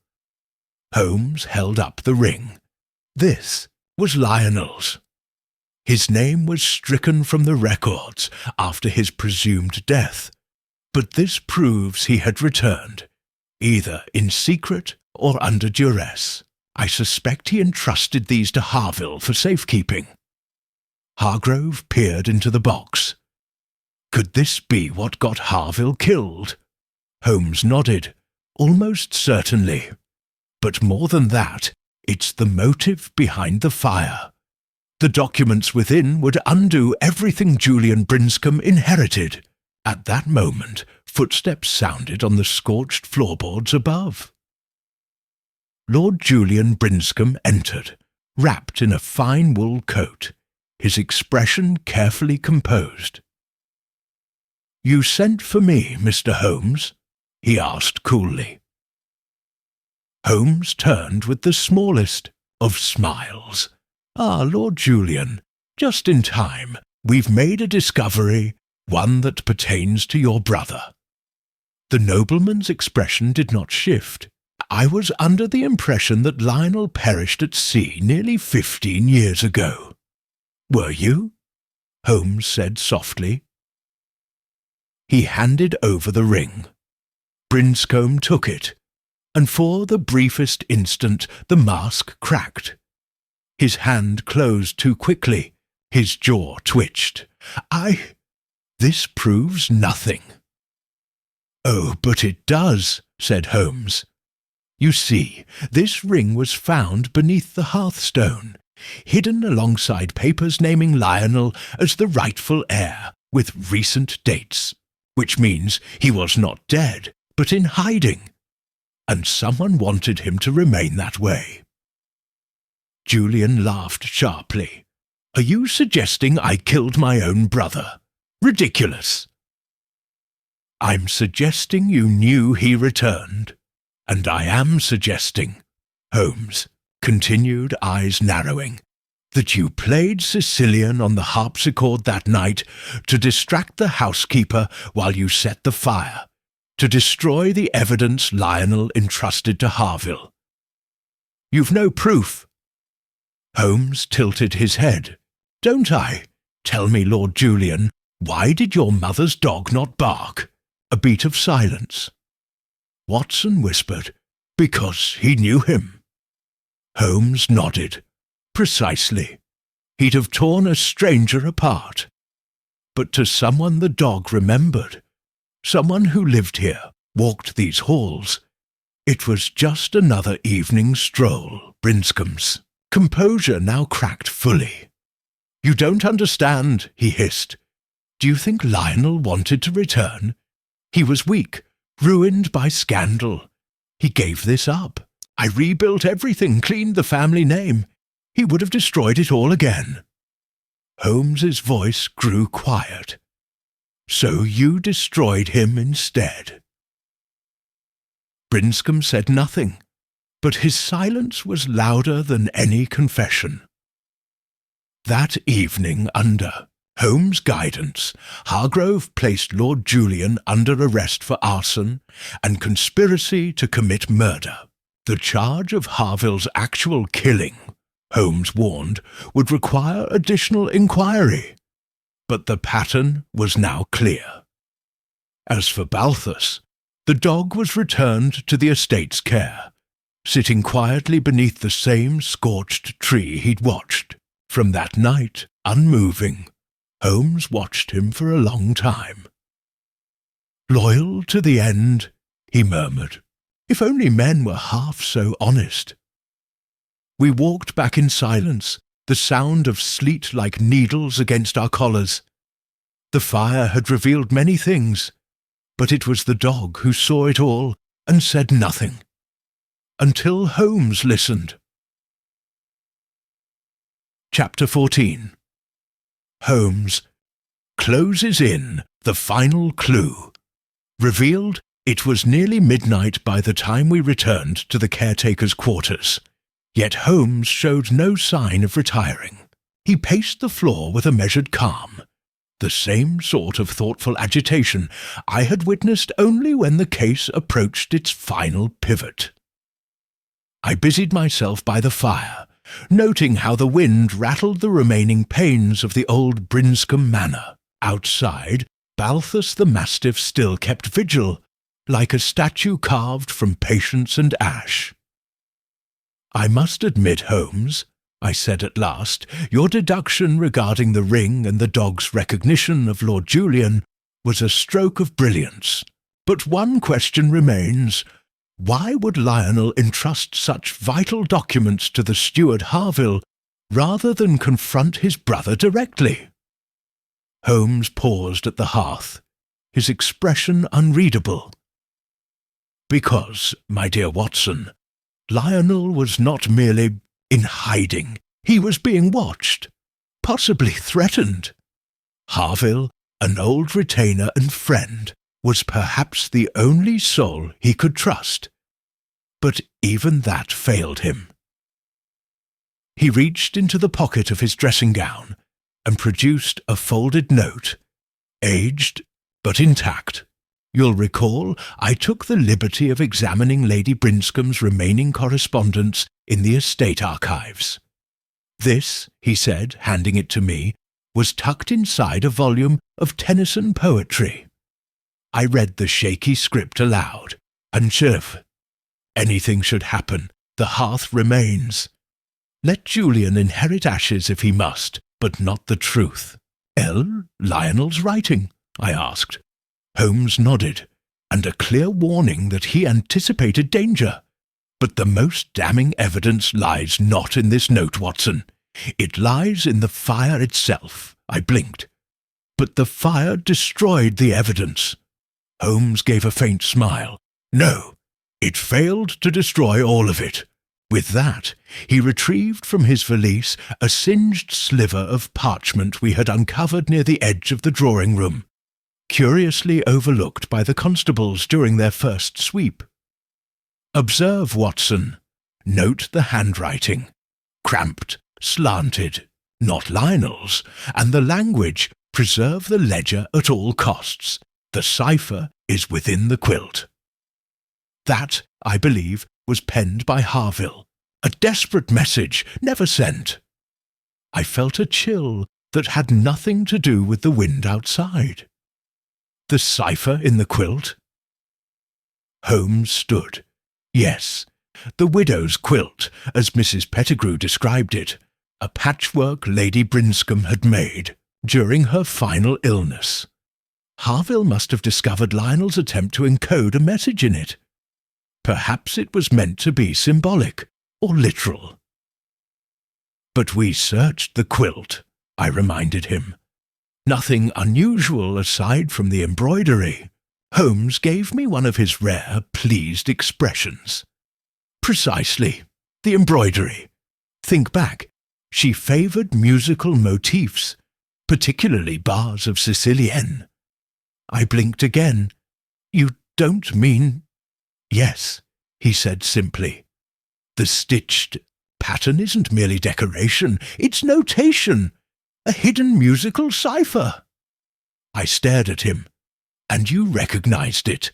Not immediately. But I suspected it once Mrs. Pettigrew mentioned Lady Brinscombe composed by ear, to hide a code in music, especially one so easily dismissed as sentimental embroidery, is nothing short of genius. But what does it say? I've not yet had the time to fully decode it, Holmes admitted, but the first bars, once, transposed using a basic alphabetical key, spell out, "Truth lies beneath the fire." A poetic but literal reference. The rest, I suspect, names not just the will's alteration, but the threat Lionel faced, likely tied to Brinscombe's investments or scandal. There was a knock at the door. It was Hargrove. "We've got Julian in custody. No confession. Yet, just a lot of shouting about inheritance and betrayal." Holmes waved him inside. "Then tomorrow we assemble the suspects. All of them." Hargrove frowned. "All? Even the housekeeper?" "Especially her. She knows more than she's admitted. Whether wittingly or not, she was part of this final act." He turned back to the fire. "This case is not simply about murder, Inspector. It's about betrayal, layered upon betrayal, a family's shame turned inward until it became fire." He looked out into the storm. "And tomorrow, Watson," he added softly, "we shall let the whole sordid truth burn through." The fire crackled in the grate. Outside, the wind howled through the skeletal ruins of Brinscombe Manor. But within, Holmes's mind had ignited with clarity. Tomorrow would be the reckoning. Chapter 15. The final gathering, the great hall of Brinscombe Manor, once the site of genteel soirees and estate affairs, had been transformed into a scorched skeleton of its former self. Yet it was there, beneath its blackened beams and half-collapsed chandelier, that Sherlock Holmes requested the final gathering. Inspector Hargrove was sceptical of the location, but Holmes insisted. The truth was burned here. It is only fitting that it be revealed here. Chairs were arranged in a wide circle beneath the portion of the roof that had survived. The lanterns brought in by constables flickered like will-o'-the-wisps, throwing shadows onto the cracked floorboards, and the soot-smeared walls. The suspects trickled in one by one, each called to the manor under official summons. Lord Julian, Brinscombe under escort, sat stiffly, his hands clasped and jaw locked. Mrs. Pettigrew, the housekeeper, entered pale and trembling, her knitting forgotten. Mr. Elias Barstow, the groundskeeper, stood near the wall, hat in hand, unsure whether he was a witness or a pawn. Dr. Temple, the family solicitor, joined with his habitual caution, a notebook tucked under his arm. And lastly, Miss Daphne Brinscombe, Julian's cousin, whose tear-streaked face was now marked by something colder than grief, perhaps suspicion. Holmes stood at the centre, coat buttoned, scarf tucked neatly into his collar. I took my usual seat beside him, notebook in hand, while Hargrove leaned silently by the door, arms folded. Holmes began, his voice calm and unhurried. "You are all here because you played a part, however small or unwitting, in a crime that has festered beneath this roof for many years. A fire brought it into the open, a fire that was not only literal but symbolic." He turned to Mrs. Pettigrew. "Madam, you have lived in this house longer than any of us. Do you recall Lady Brinscombe's embroidery? The musical pattern she stitched into her final quilt?" Mrs. Pettigrew blinked. "Of course, it was her favourite melody. She played it almost every day those last weeks." "Sicilienne." Holmes nodded. "But it was more than a melody.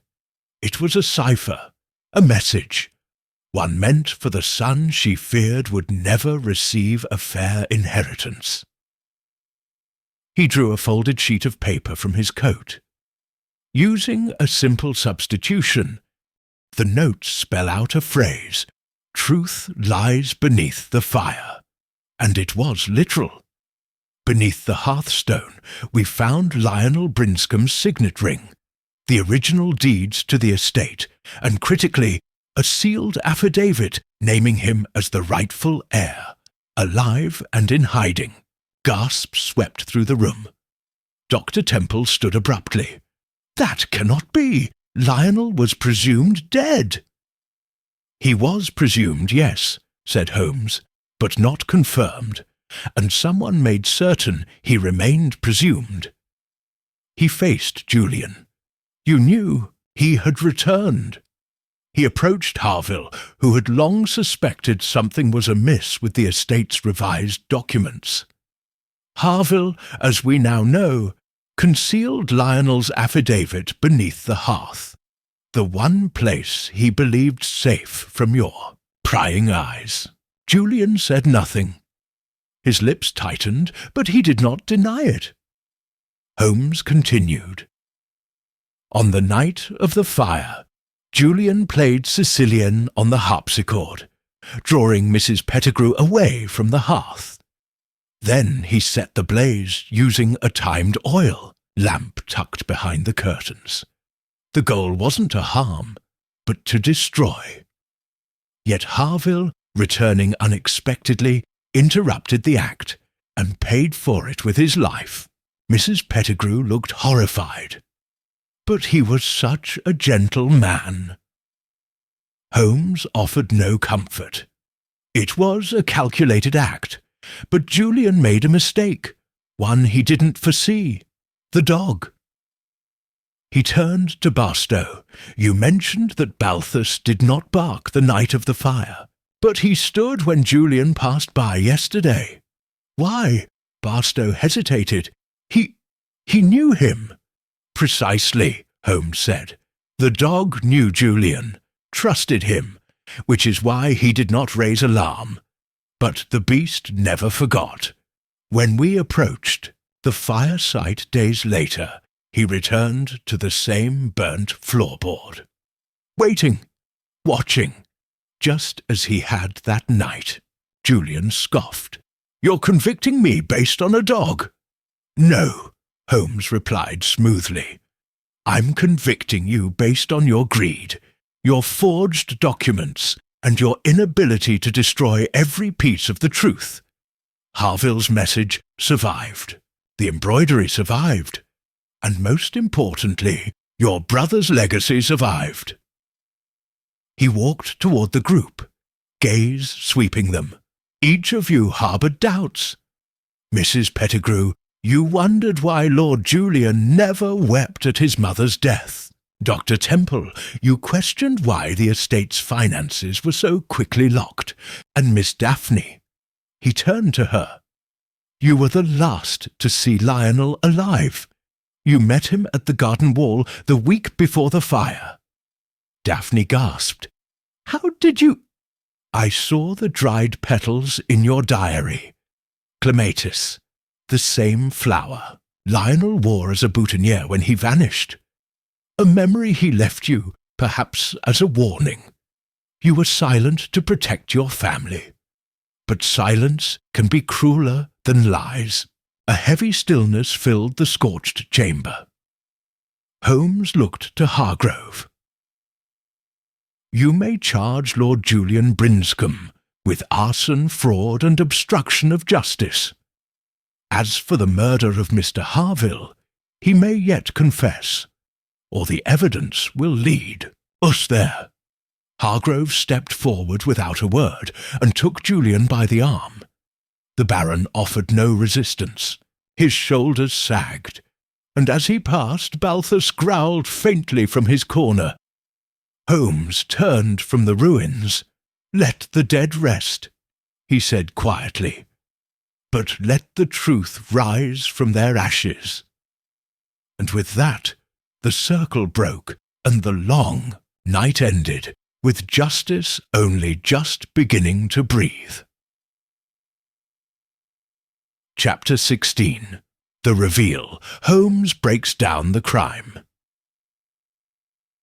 It was the following morning when Holmes, ever punctual in the wake of his own triumphs, requested my presence in the modest drawing-room of the local inn, where we had taken lodging after the events at Brinscombe Manor. Outside, the mist still clung low to the fields, as though the land itself had not yet shed the smoke of the fire. I found him seated by the hearth, not the grand, scorched one of the manor, but a quiet little fireplace where embers still glowed. He had the widow's quilt spread across the table before him, notes scattered like chess pieces across its surface. His violin case lay unopened nearby, as though the music had yet to finish playing its final bar. Holmes did not look up as I entered. "Sit, Watson," he said, gesturing to the chair opposite. "I believe we are now ready to unmask the deeper layers of this performance." I obliged, notebook at the ready. "You've solved the crime, Holmes. Julian is in custody. The motive is clear: greed, inheritance, concealment. What else remains?" Holmes tapped a finger against the corner of the quilt. "Everything, my dear fellow. It is one thing to point a finger, another to show precisely how each lie was constructed and why." He stood and addressed me as though I were an audience in court. "Let us start with the true timeline." "Teacher Bolt said, Lady Brinscombe suspected her younger son Julian of tampering with the estate.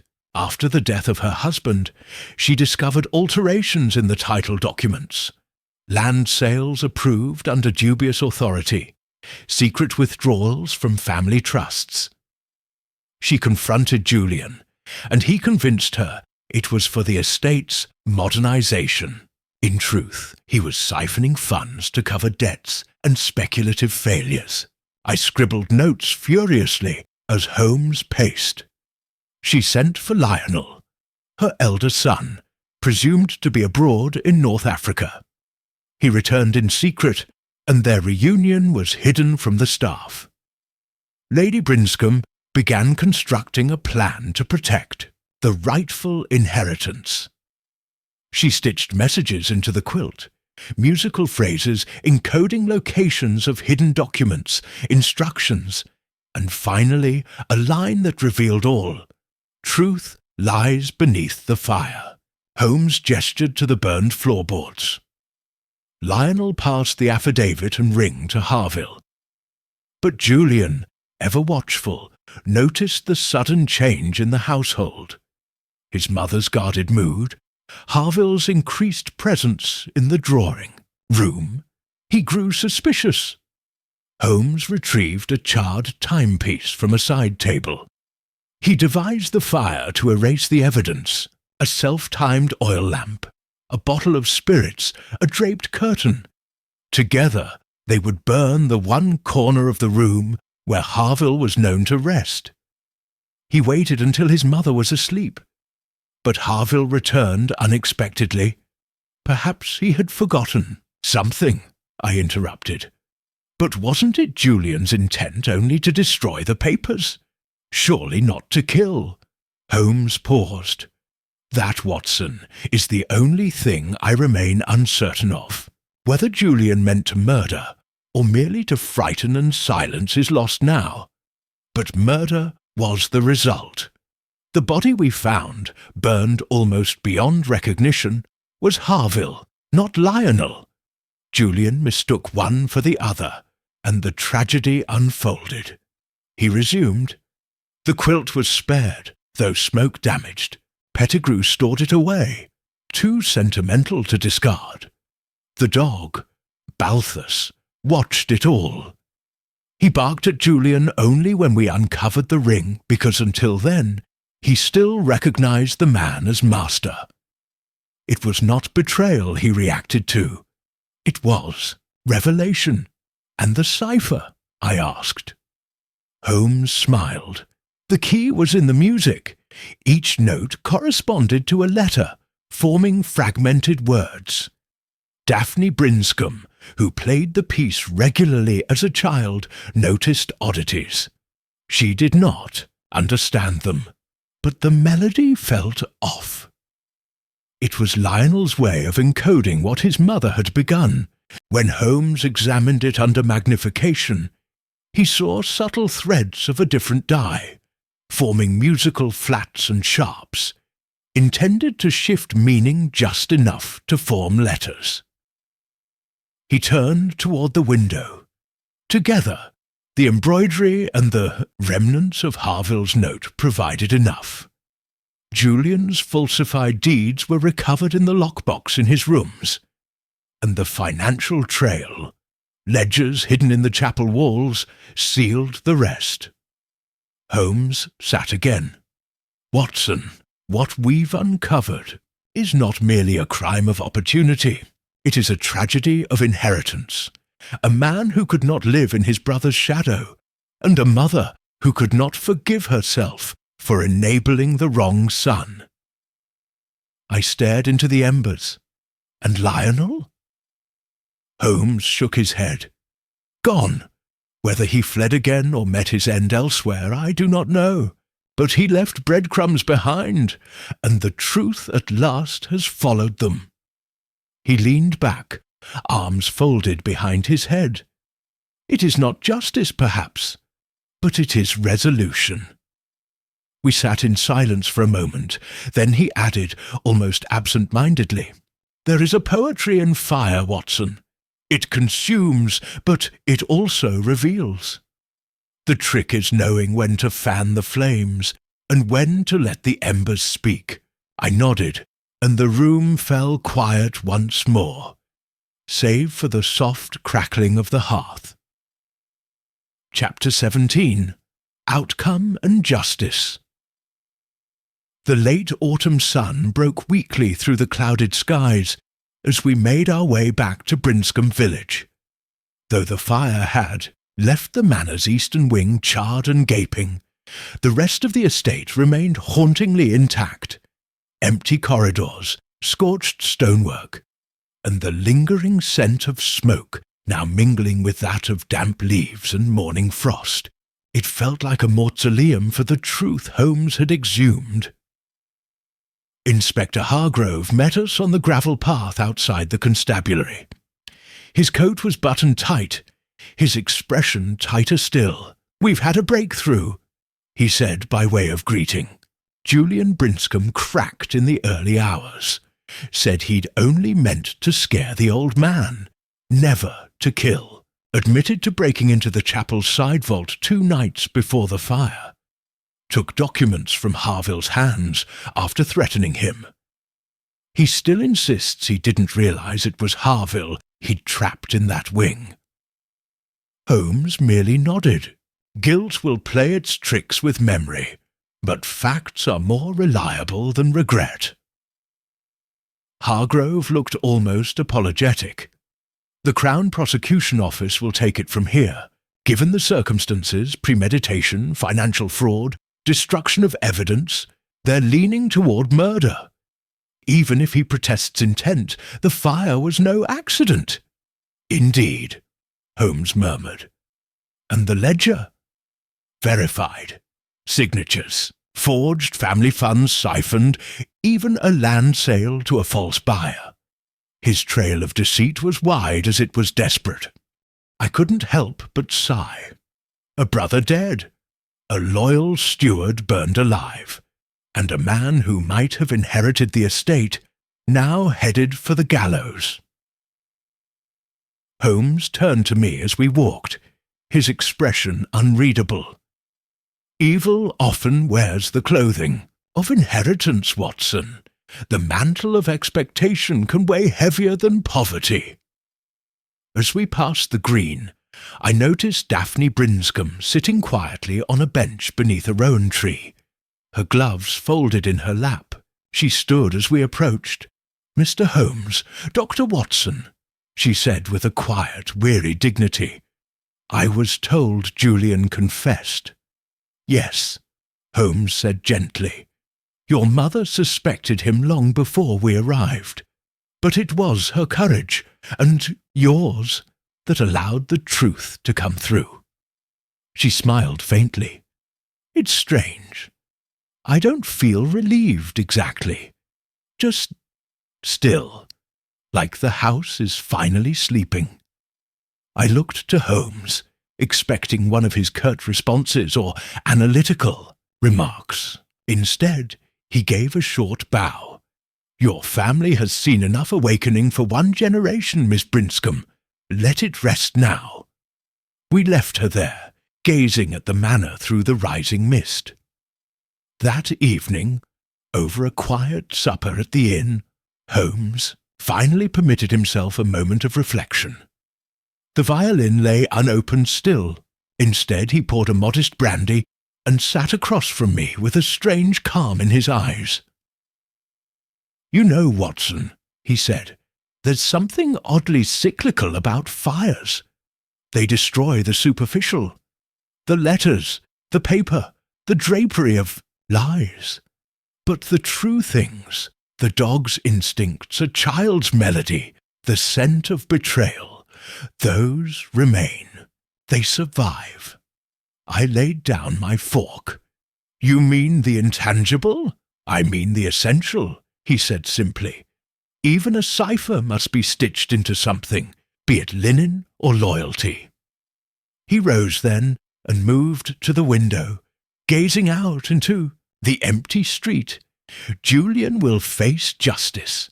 Brinscombe will likely be sold to cover the debts. And Daphne, well, she seems of finer stock than either of her brothers. And Lionel?" I asked once more, for I could not shake the image of the elder Brinscombe stepping into darkness with a ring in one hand and silence in the other. Holmes didn't answer immediately. At last he said, "Some truths don't want to be found, Watson, but they leave echoes." There was a long pause. Then Holmes turned back, with a glint of dry amusement in his eye. "And now, my friend, unless you are inclined to compose poetry about scorched heirlooms and barking dogs, I believe the matter is concluded. We shall return to Baker Street on the morning train. I smiled despite the weight in my chest. The case of the dog who watched the fire, I mused. It'll make for a curious chapter title. Holmes chuckled. Curious dogs are often the best witnesses. And with that, he poured himself another brandy and resumed his place by the hearth, letting the silence speak, for once more eloquently than deduction ever could. Chapter 18. Holmes's Final Reflection. It was 2 days later when we boarded the early express train from Brinscombe back to London, the crisp countryside slowly giving way to the haze and thrum of the city. Holmes sat in his usual posture by the window, hands steepled beneath his chin, eyes half-lidded but unmistakably alert. I had spent the last hours compiling my notes, uncertain whether to end the tale at Julian Brinscombe's confession, or to wait for the final word from Holmes himself. As always, it was not the arrest, nor even the motive, that truly closed a case in Holmes's mind. It was the philosophy behind the crime. "Watson," he said at last, not lifting his gaze from the passing fields, "have you considered the irony of what, Holmes? That the fire, intended to destroy evidence, ultimately preserved it. The very act that Julian hoped would bury his sins revealed the cipher, reawakened suspicion, and in a way brought his mother's warning to light." I nodded. "You said something similar at the inn. That fire reveals what cannot burn," allowed himself the ghost of a smile. "Indeed, though what strikes me more is the dog. Balthus, yes, loyal, quiet, overlooked by nearly everyone. Yet he knew the truth from the moment the quilt was touched. That reaction, Watson, that instinct was the first real clue. While everyone focused on the spectacle, he remembered what the world had forgotten. Memory over misdirection, I murmured. Holmes finally turned to me, eyes sharp. Exactly. In murder, as in deception, it is not the loudest voice, but the most consistent pattern that exposes the lie. We rode in silence a while, the smoke from the engine swirling past the window like the final remnants of Brinscombe's fire. "There's one thing I don't understand," I said after some time. "If Lady Brinscombe suspected Julian all along, why not go directly to the authorities? Why the coded quilt, the hidden ring, the games of music and fabric?" Holmes folded his arms. She knew her son, knew his charisma, his ability to manipulate, and more importantly, she knew how society protects the heir, not the servant. Her word alone would have crumbled under Julian's charm. But a cipher in the quilt, a legacy passed not through legal argument, but quiet loyalty, that, she believed, might endure. And Lionel, Holmes sighed, "I fear we shall never know.